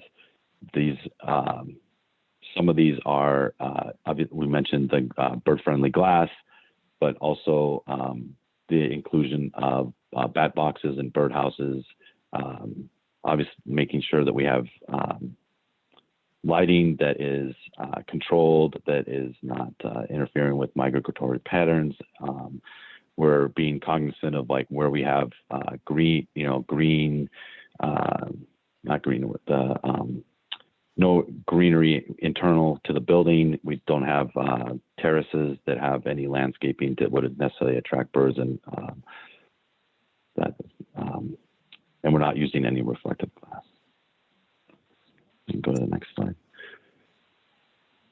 This just shows the overall kind of concept. You can see the stairway connection that I was mentioning, the slope walkway, guardrails, and then the naturalized edge over the majority of the shoreline. Next slide. Stormwater management. We have a couple strategies. We are utilizing pervious pavement at the low points within the ramp. We do have landscape and bioinfiltration, and then obviously the naturalized edge will capture rainwater off the riverwalk and help filter it before it goes back into the river. There is a need for a stormwater system for the building and the site to the west, which was connected to the stormwater piping and detention before it goes back into the river. We are targeting, we will achieve LEED Silver for the project. So we've already started a checklist and the engineering, and then to get the other 20 points, we are targeting 80% waste diversion and adding EV charging stations to the parking to get the minimum of 100 points. But I think also with the landscaping strategies that we've talked about, we will probably exceed the 100 points as well for the sustainable strategies. Next slide. Oh, that's it. Thank you. Thank you, Brett. And for the record, Katie Jinky-Dale. This project has the economic and community benefits shown on this slide, which include a combined over $2 million into the North Branch bonus and industrial conversion fee funds, over 600 construction jobs, over 750 permanent jobs. Project is also subject to 2 redevelopment agreements and will comply with the M&WB requirements contained in those agreements. I think given this is an informational presentation, I don't believe there's a DPD wrap up, but with that, our entire team is available if there's any questions, and we appreciate the Planning Commission's time and review today. Thank you. Thank you so much. And I know that you will, when asked, will submit the information for the reporting on the MEEs. Absolutely. I'm trying to get in the habit of reminding people of that, because I know on our end, when comes time to do the reporting, a lot of times we don't have the full reporting. So thank you. I know you will. That's fantastic. Any comments from commissioners? All right, I'm sure they're pleased to hear this update and to see the number of jobs, and it is a beautiful, you can see there are a lot of pride and effort that was put into this. Commissioner Cox. Yes, I just wanted to take a moment to highlight a few things here that I just want to commend the development team on for establishing extremely high bar on a host of components of this project. You know, it's not lost on me that this is one of the first post-COVID office and lab buildings. And so it's really a welcome addition to see them advancing commercial space in this manner. It gives us a lot of confidence that, you know, yes, we can still gather in spaces that are going to have a kind of very sustainable agenda that, again, is very befitting the kind of post-COVID reality. And I would also say, and this seems to be a pattern with the Gensler group in particular, that they are consistently bringing groundbreaking commercial office buildings before this commission. I'm just reminded of a number of other projects that we've seen. And so for our aspirations that we are achieving the highest level of design excellence, this team consistently brings that kind of work to the commission. So I'm very, very grateful. The element that I am truly excited about is the establishment of the river, how a building should meet the river's front, and the aggressive, really celebration of the public to enjoy the river walk that is really yet to be conceived, and that they are basically showing for all the future development that happens along the riverfront, this is how you meet the water's edge. And so it's like the principle of the second designer. The first one sets the tone, and everyone else tries to meet that. And so I can anticipate as the properties to either side are developed, that they will be looking at this first project as setting the bar of what they are expected to do. So we get a lot more than just a fantastically orchestrated site. It also pretty much sets the tone for the rest of the riverfront. So it's really to be commended, the work that this group has brought forward on all levels. And I know our staff that has followed this truly appreciates the partnership. And I just thank you for bringing these exemplars before the commission from time to time so we can celebrate the work that we're able to achieve. Thank you. Thank you, Commissioner. Alderman Hopkins, thank you for joining us. Would you like to make some comments about? Yes, thank you. I'll be brief. The letters on file from the community groups, including the Advisory Council, Friends of the River, and others, they speak for themselves. So I won't take up too much time or elaborate, but I will say that my office has continued to conduct community outreach. I had 2 recent meetings, one with representatives of the developer present and one with just representatives of the community present for a frank discussion, outside of the watchful eyes of the developer. I'm going to continue to do that. This is a dialogue that's been established. It has multiple channels, including the Community Advisory Council, which is doing a very good job. So we will continue to engage as this project moves forward. And as has been stated, Sterling Bay is to be commended for their responsiveness, particularly in regards to the river, to play a key role in this development, and it will going forward. Thank you very much. Thank you. Thank you, Alderman. With no additional questions or comments from commissioners, this does conclude the public hearing portion of our agenda.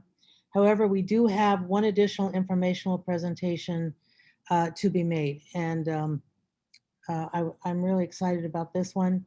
You know, when I first was approached as to be chair of the Plan Commission, one of the things I did, of course, is to look at the development review manual.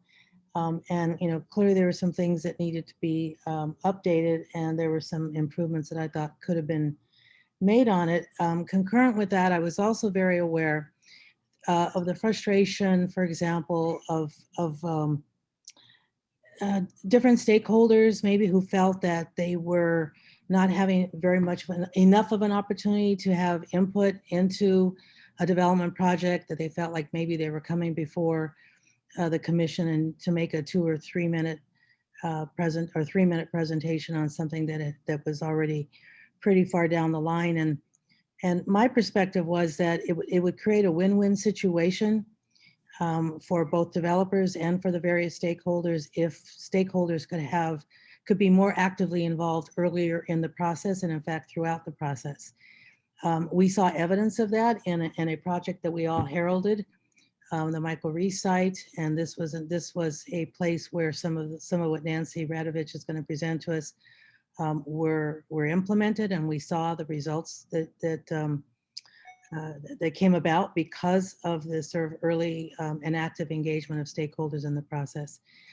We think it's also better for developers because they then don't have to deal with as much controversy or uncertainty. So it's really something that was in everybody's interest. So when I first came on board then, so I presented to staff, including Nancy Radovich, who I was meeting with in the early days, and then we passed it on and to other staff members who then pass it on to the mayor. And this was consistent with her goals around transparency and around trying to increase community engagement. So I was very happy then on my first meeting, to be able to ask staff if they would go and look at the development manual to make some changes around that, around stakeholder participation, as well as to do some other updates and cleanup of the development manual. So since then, we've had a couple of updates, but Nancy Radovich at that time, she just really got in there and did the very tedious work that was necessary for this kind of review. And we had a little bit of slowdown because of COVID, but she has stuck with it. I also thank Commissioner Cox for allowing her to keep continue working on it. But I'm really, really excited that throughout the process, and she'll tell us more about the process, but she did engage a number of stakeholders who gave some very detailed feedback. That feedback was incorporated. There was also a webinar that was held for further feedback. So she's about to present to us, and she'll go into detail on the process, but reflects the hands of a lot of people, both within staff, as well as an array of stakeholders.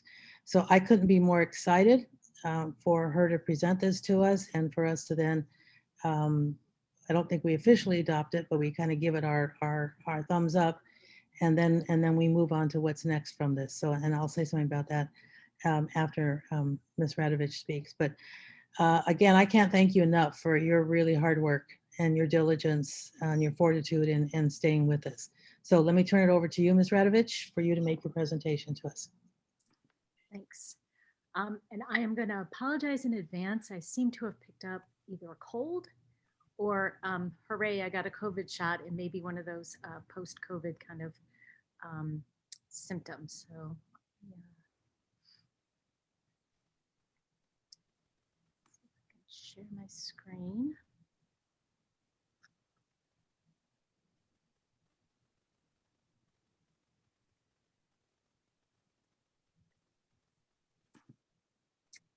I presume you can all see my screen. We can. Great. Bear with me for a second. Okay. Good afternoon, Chairman Cordova and members of the Plan Commission. My name is Nancy Razovich, and I'm an Assistant Commissioner with the Zoning Bureau within the Department of Planning and Development. As Chairwoman Cordova mentioned, I'm here to present the latest and proposed final draft of the Master PD Addendum to DPD's Development Manual. This work was initiated, as the Chairman has indicated, through a request from the Plan Commission to look at the review processes, and particularly for these larger scale Master PD processes is what we're focusing on today. These are often referred to, or had been referred to, as mega PDs. We've picked up the name Master PDs because they end up having longer term kind of master planning effects to these types of developments. Examples of these Master PDs would be, for example, Lincoln Yards, for which a courtesy presentation was just reviewed by the Plan Commission today. Most recently, the Bronzeville Lakefront proposal for the redevelopment of the Michael Reese site. And there's also a current project being reviewed by Emily Thron for North Union, which is the proposed redevelopment of a portion of the Moody Bidwell Institute. So that scale of development is what we're talking about with these Master PDs, very large scale projects with large areas, both in land as well as building area and number of units.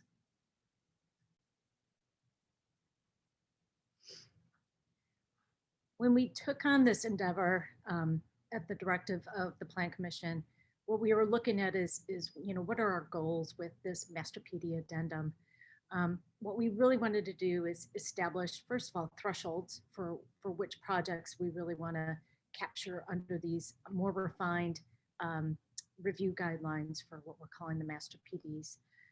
We also wanted to create a more refined community process and encourage more community engagement earlier in the process, as well as throughout as they're modifying their program and design changes, in response to, either staff comments or community comments or both. We wanted to reinforce the need for them to assess and understand their community context and also be aware of that as, again, they're refining their project and making sure that it's not adversely impacting that surrounding community area.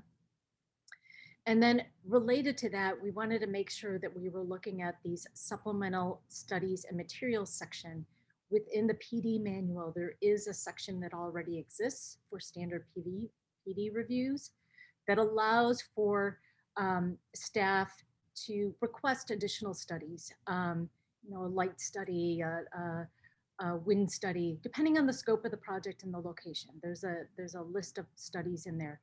So we wanted to look at that and look if we needed to update that and potentially expand that for these master PD projects.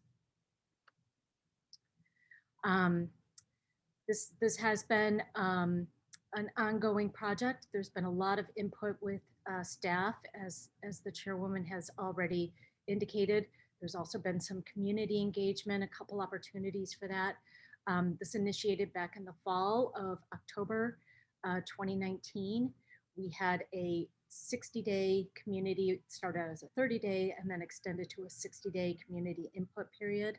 And that extended period was really at the request of a lot of the residents and community groups, because they really wanted to make sure that they provided comments.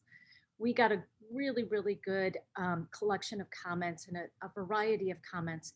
And a lot of them were focused on things that we were trying to achieve with this, community engagement and those types of aspects and consideration of the community context. So we spent some extra time going through those. We looked at how our original work scope, where we were just kind of looking at expanding the review process and kind of adding in some steps of the process and making some other tweaks to that. We kind of reshifted gears and said, you know what, we really need to look at this more comprehensively. And so we incorporated community meeting guidelines. We decided to create a separate version of the supplemental materials and study section specifically for master PDs instead of amending the other one. And we looked at, we had initially created a form to kind of assess some of the changes on the site. And we decided we needed to expand that form and make sure that we're capturing a lot of the aspects of the surrounding community as well. So we expanded that scope of work. In October, I was back here, presented an update. We posted the latest documents, which included, again, the updated process. It included the community meeting guidelines. It included updated supplemental materials and studies sections specifically for master PDs. And then it also included our first draft of what we called our community impact assessment form. Those documents were posted concurrently with my update to the Plan Commission in October. We opened a 60-day public comment period again at that time. And as the chairwoman has mentioned, we hosted a webinar on on December, I believe the date was December 8th. It was really well attended. We had some great questions, great conversation, and some supplemental changes were made in response to that. Couple of examples I'll say is, there was a question as to whether or not developers will be required to assess infrastructure, beyond just the kind of traffic and roadway systems. And we realized, there is reference to that in the development manual, but we need to reinforce that. So, we added that additional tweak to make sure that they are assessing both the existing infrastructure and make sure that there's capacity for what they're looking to do. There was also a question as to, potential impacts if there's any sort of demolition on the site and how that might impact the areas. So, again, for specific projects where it's appropriate, we've added in language that allows us to have that provision that they provide us information about their proposed demolition schedule and a demolition phasing plan. So, we really did incorporate the comments that were really key to making sure that we've gotten a complete document here. So where we are now is the updated documents I posted on the website on Friday. And then we are making the presentation today. I want to touch briefly on the differences between the standard, what we're calling the standard PD process, and what we're proposing as this master PD process. So the standard PD process, and there's a lot more details obviously in the development manual as well as the PD addendum about these steps, but it's generally the blue boxes depict the general path for a standard PD. People can come in for a concept meeting or a land use review meeting early on in the process if they choose to. Then they would come in for an intake meeting, and that's when they actually have a project more defined and they meet with staff. Again, the blue boxes, there's right now, a lot of developers do have community meetings, but it's not included in our standard PD process. And then they will at some point submit, their public hearing packet and look for review and submission of the application and all those steps towards getting this to Plan Commission and Committee on Zoning and then City Council. Within that process, there's a lot of built-in staff reviews included. The additional steps that we have, so the master PD process includes the proposed master PD process includes all of those blue boxes. And then the added steps for the master PD are what we're calling first and foremost is a pre-application community meeting. And we're trying to preface that by saying we really think it's important that applicants, particularly for these larger scale projects, get out to the community as early as possible in the process so that they can hear some of the concerns and feedback and hopefully incorporate some of that into the refinement of their projects. That's the goal of that meeting. We also have regular workshop meetings with the staff, and included in there is a subsection to highlight the scoping meetings for these studies and reports. And we think it's really important that we have these regular meetings for these larger scale projects to make sure that as they're refining their plans, that staff has the ability not only to view them in the context of codes and policies, but also to make sure that we're paying attention to, how these things might increase impacts and making sure that we're adjusting any sort of supplemental studies accordingly. We've also added another step, later on in their, design development phase where we're suggesting follow-up community meetings as needed. And that's as needed based on whether there's any sort of significant changes that are made to the program, to the types of uses, the intensity, the site design, the design of the project. We want to make sure that those things are getting back out to the public before they go to the Plan Commission with what their final proposal is.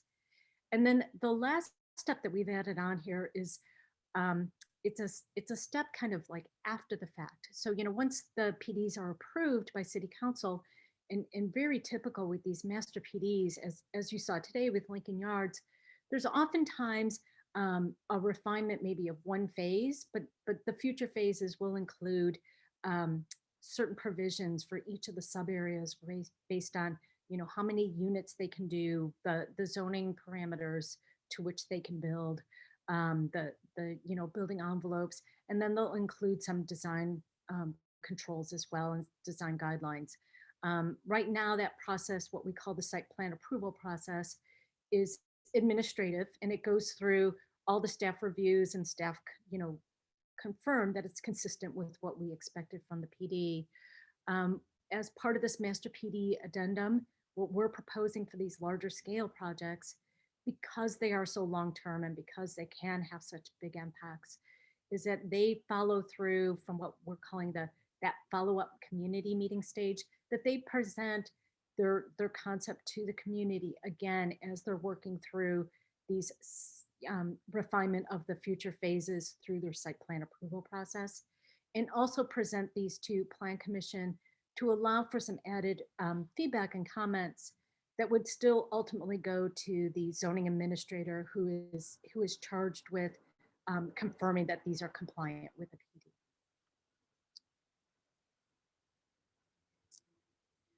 I want to touch on the master PD thresholds. We spend a lot of time, and I do want to point out that this is not being done in me in a vacuum.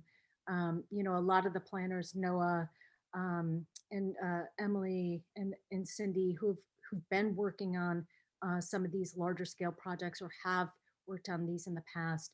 A lot of these we were looking at to make sure that we are setting the right threshold for these master PDs. What we ended up on is having two distinct levels. The private landowner that has a private development site with some exceptions.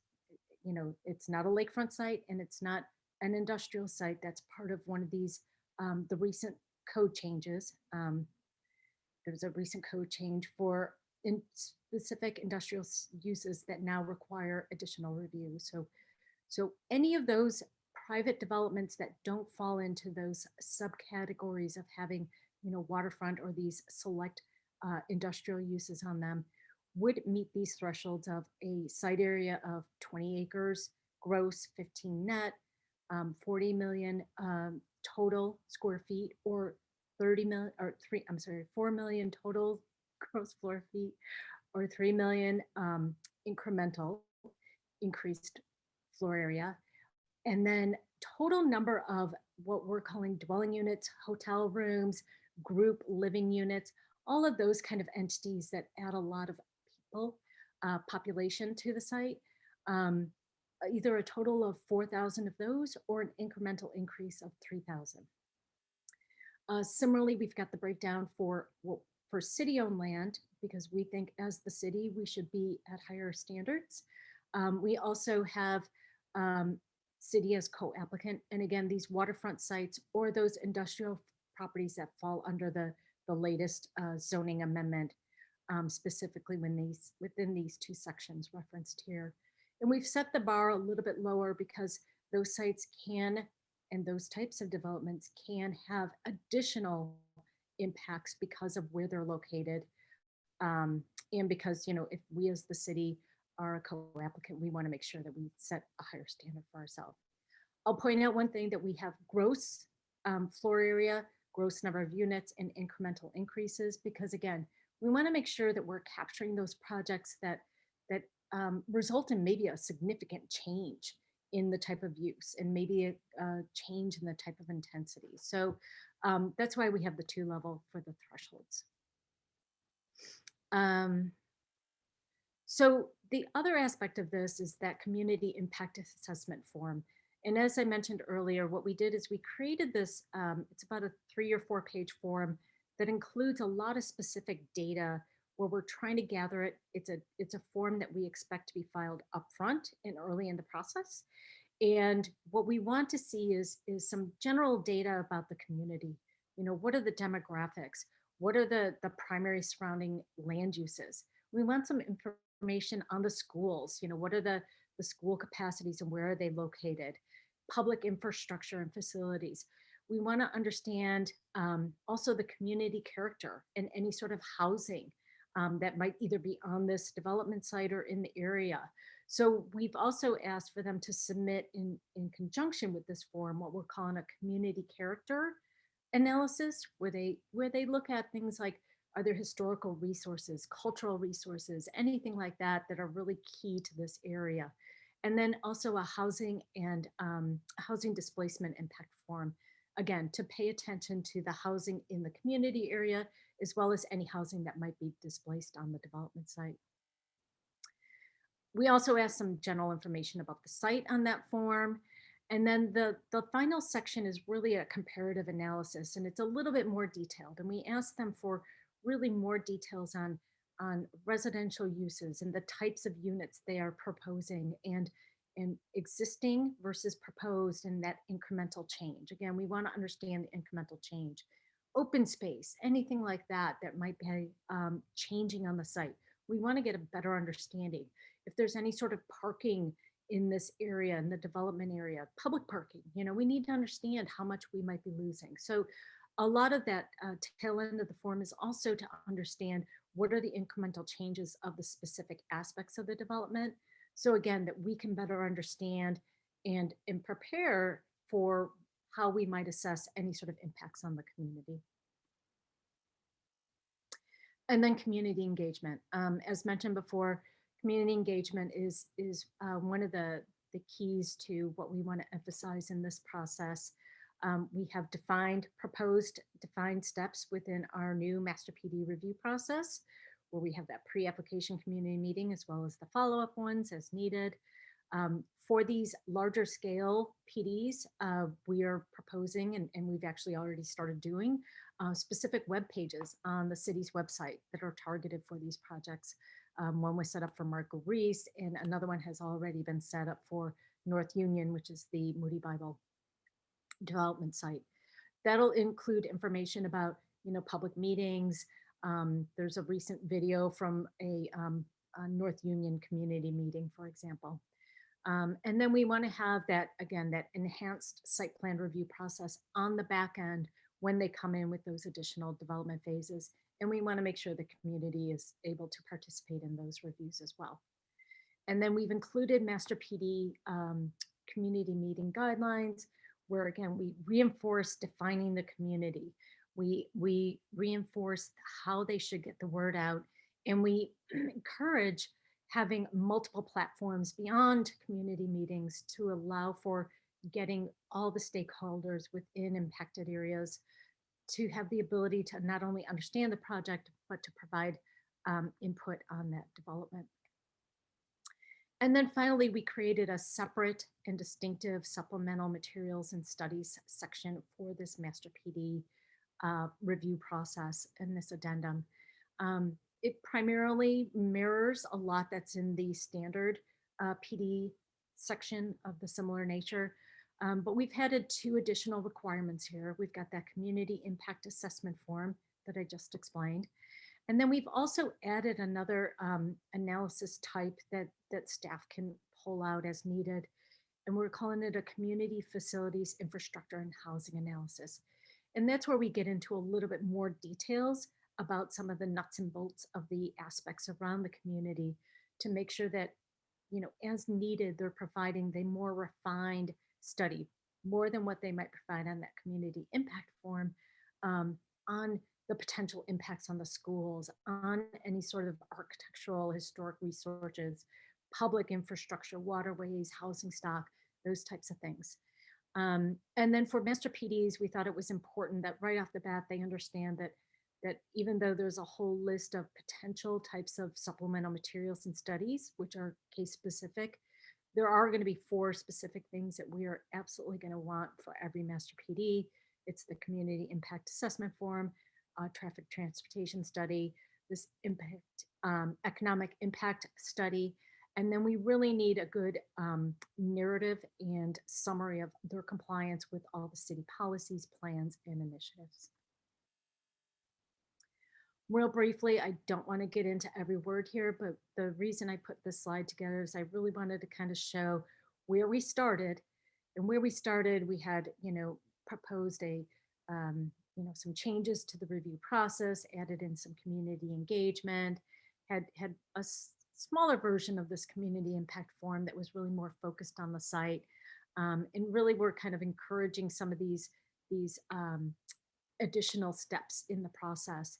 And where we are now is and based on a lot of the community input that we've received through the various community input sessions from staff, from other departments, we've really expanded that. And again, to try to make sure that we're capturing everything that we need to be thinking about and capturing for these Master PD projects. So I've just kind of highlighted some of the key differences. We've got these community meeting guidelines. We've got more involved thresholds that have been thought through very well, and increase the master PD review process and re-emphasize the community input. Again, supplemental materials, added those additional studies, the community impact form, and also made sure that as we're capturing that information on the community impact form, that we're really capturing information about the community itself, as well as the changes to the site. All of those forms, the draft forms from the previous version from October, as well as the current draft forms, which again have been tweaked to pick up some of the additional comments from the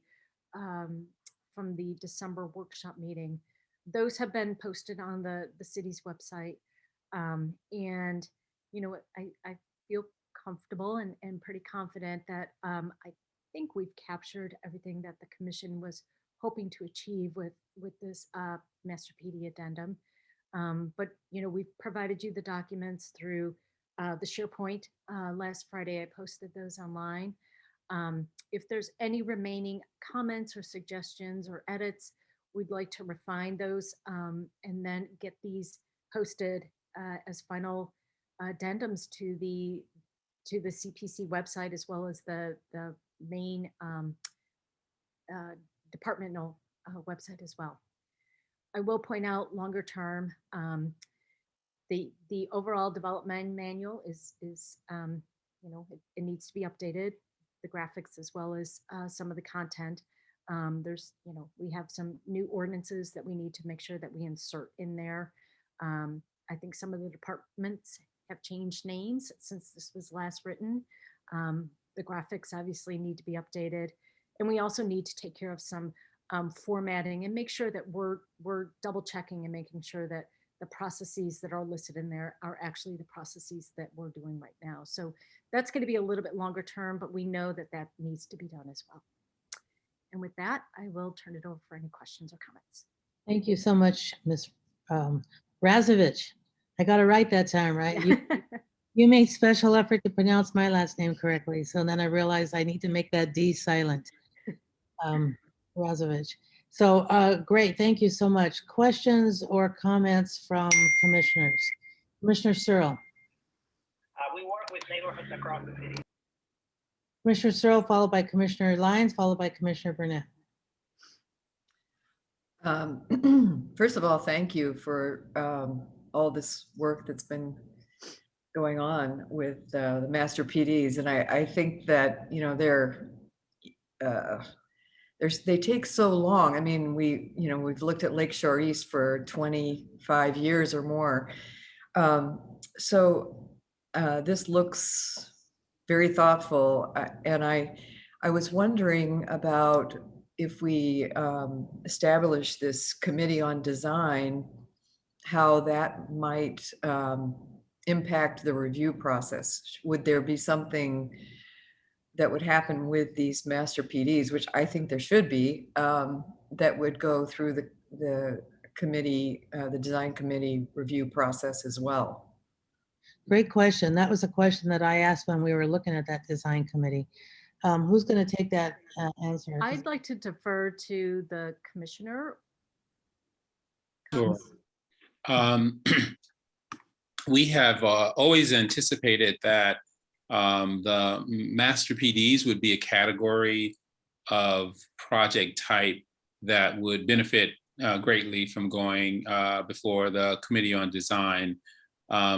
It was thought that, again, it's that tracker of the process of when the project has intake, which is relevant because the group would go before that.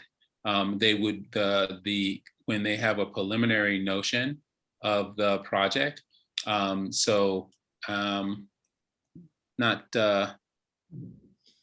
It's before the pre-application community meeting and before the official intake. Am I interpreting that correctly, Nancy? The first step is, you know, this concept land use review. obviously intake meeting and then that pre-application community meeting.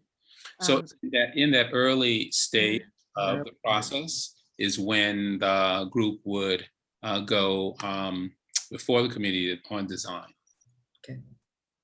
Correct, Commissioner, this is Noah.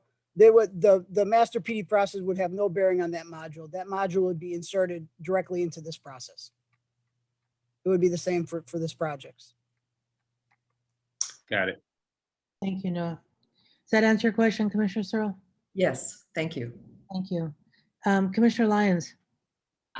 Thank you. Thank you for this presentation and for all your work on this. This is really exciting. And I just wanted to clarify the supplemental materials, for example, the community impact assessment form, the traffic impact form, the economic impact statement. Would those supplemental materials be submitted as a part of the application, i.e. would they be sort of visible, accessible for the public to see when the zoning application is submitted? So I'll tell you, oftentimes these, and this is true for standard PDs as well. We currently have a list of supplemental studies and materials, and those are often requested as staff is getting a better understanding of the project. So those, you know, it's not a typical requirement, quote unquote, of the application, but it's something that we have them submit early on, and it's going to be assessed throughout the process. I would say there's often multiple versions of, you know, for example, a traffic study, because as the project evolves, it'll go through the process. So, you know, those things are all documents that are part of what we consider the project files. So they can be accessible, but it's a lot of data, and a lot of these are just kind of pointing out. A lot of these things are not just reviewed by DPD staff. I mean, as you all are aware, you know, CDOT is very engaged with all of these projects, particularly the larger scale ones. So a lot of those, you know, traffic transportation studies, you know, are housed kind of in that CDOT review forum too. But they're all part of this project case file. Does that answer the question? Commissioner Burnett, followed by Commissioner Reyes. Thank you very much. First of all, I want to thank you all for the transportation. You all got to forgive me. I'm in like the housing committee meeting at the same time. So, as far as the master plan goes, I'm experiencing the master plan right now. And I have to say, planning is doing a great job with it. A lot of the things that they're doing are in this plan. And so I think it's a great process. I just wanted to know if I could have a copy of the presentation, if it can be emailed to me. I appreciate it. And that's about it. I think this is great. Look forward to it. I would have to say the way that we're doing it, it works. So it's a good deal. Thank you. Great, thank you so much. Chairwoman, could I just add a note to that, please? You know, Alderman Burnett brings up a really good point that a lot of these guidelines have been kind of flushed out and in the public for some time. And so, you know, the Michael Reese project and now North Union, which is the project he's referring to, is they've been following, you know, these guidelines. You know, we've been providing them drafts. So, you know, I confirmed with Emily Thrun this morning. You know, they submitted the community impact form.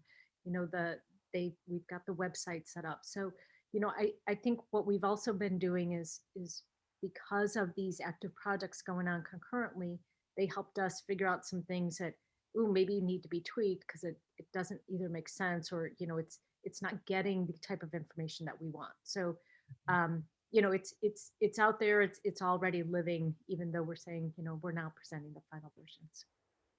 Well, and I think as I mentioned in the opening statement too, is that we saw the results, we saw the impact of that in the overall quality and in the extent to which there was so much excitement and agreement by so many stakeholders. And so it's it works, right?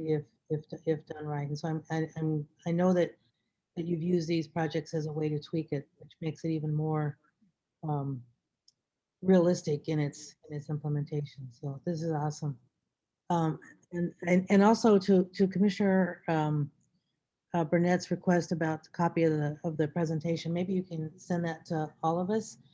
And then similarly, those stakeholders that have provided input to us, we are getting back with them with sort of results of today's meeting and access to the final, at least final for now, right? The final copy of the DPD. Final addendum. There you go. Thank you. Commissioner Reyes. Thank you. I just want to be brief to express my gratitude for all these incredible work behind the scenes. This is an amazing amount of work. So to everyone included in the Department of Planning that has worked behind this is really a clear, strong sign of transparency. And I'm extremely excited about these. How strong is now in the Master PD, the community engagement and the community impact assessment as key components. So I really value all this work behind the scenes. Thank you. Thank you, Commissioner. All right, Commissioner Cox. Yes, I think I would be remiss if I didn't acknowledge the work of Nancy and the entire team in pulling together these processes in a way that they are communicable, they're clear, and we've had the benefit, as Nancy mentioned, to play them out in real time. So they've been vetted by the actual process as a kind of real world experience. And it also reflects, the role that community engagement we feel play in going forward, and to be able to do it in a way that the applicant can understand over the life of the project how to continue to engage and update the community. So it's that secret work that goes on behind the scenes that allows the process to move forward in a way that satisfies everyone involved. And we couldn't have the results that we've been seeing without that background work. So just my compliments to Nancy. Thank the chair for telling us a little bit about the beginnings of this and in your leadership on the Plan Commission. So I'm really excited that these are now our new processes, and congratulations for the work done. Thank you so much, Commissioner. Yes, as you all can imagine, I'm really excited about this. And it partly was stoked by a question that Commissioner Tunney asked me actually when I came before the zoning building and committee for my confirmation. But we're not done yet. This is the first step, and Nancy will catch her breath, and then she will do, as she said, continue to work on the various updates, incorporating some of the current change, some of the ordinances of change, and making sure it's reflected in the language, changing the images, and so on and so forth. But in addition to that, one of the other things that I took note of when I, again, making reference to those that when I first looked at this manual, that I then had marked up and passed on to Nancy. But one of the things that I had noted that we needed also to look at the criteria that gets used to evaluate projects. And it would have been great if we could have done that criteria, made those changes within this document. However, that's outside of our purview. So we can initiate that, and then that is going to have to then go on to its various levels, particularly before the zoning commissioner.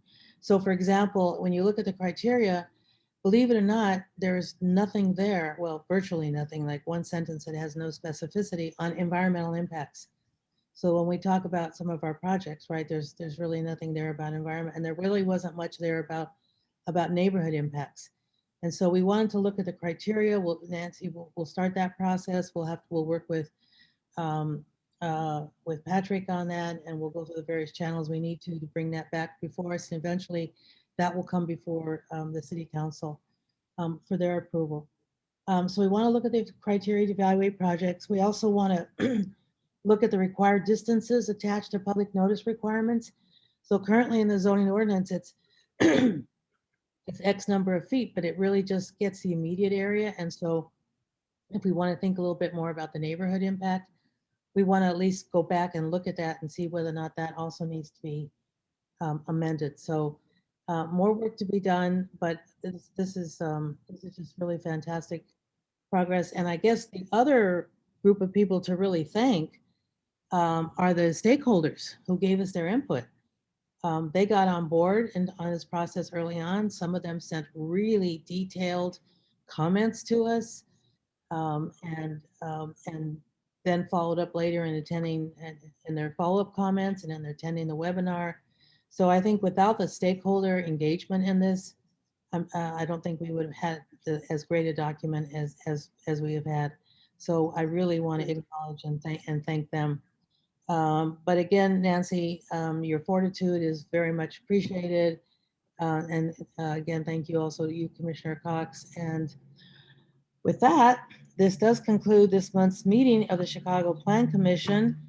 All right, don't everybody jump at once, but do I have a motion for adjourning? So moved by Commissioner Lyons. Thank you, Commissioner. Do I? Seconded by Commissioner Searle. Thank you, Commissioner. Commissioner Biaggi, Yes. Commissioner Brumfeld, Yes. Commissioner Burnett, Yeah. Commissioner Cordova is a yes. Commissioner Cox, Yes. Commissioner Flores, Yes. Commissioner Gara, Commissioner Grossman, Kelly, Kelly's a yes. thank you. Commissioner Lyons, Yes. Commissioner Murphy, Yes. Commissioner Reyes, Yes. Commissioner Searle, Yes. and I believe the others have left. Tunney, Vegas, and Wagasburg, I think, have left. So with that, this month's meeting of the Chicago Plan Commission is now adjourned at 1:45. Fantastic. Thank you, everybody. Yay. Yeah, thank you.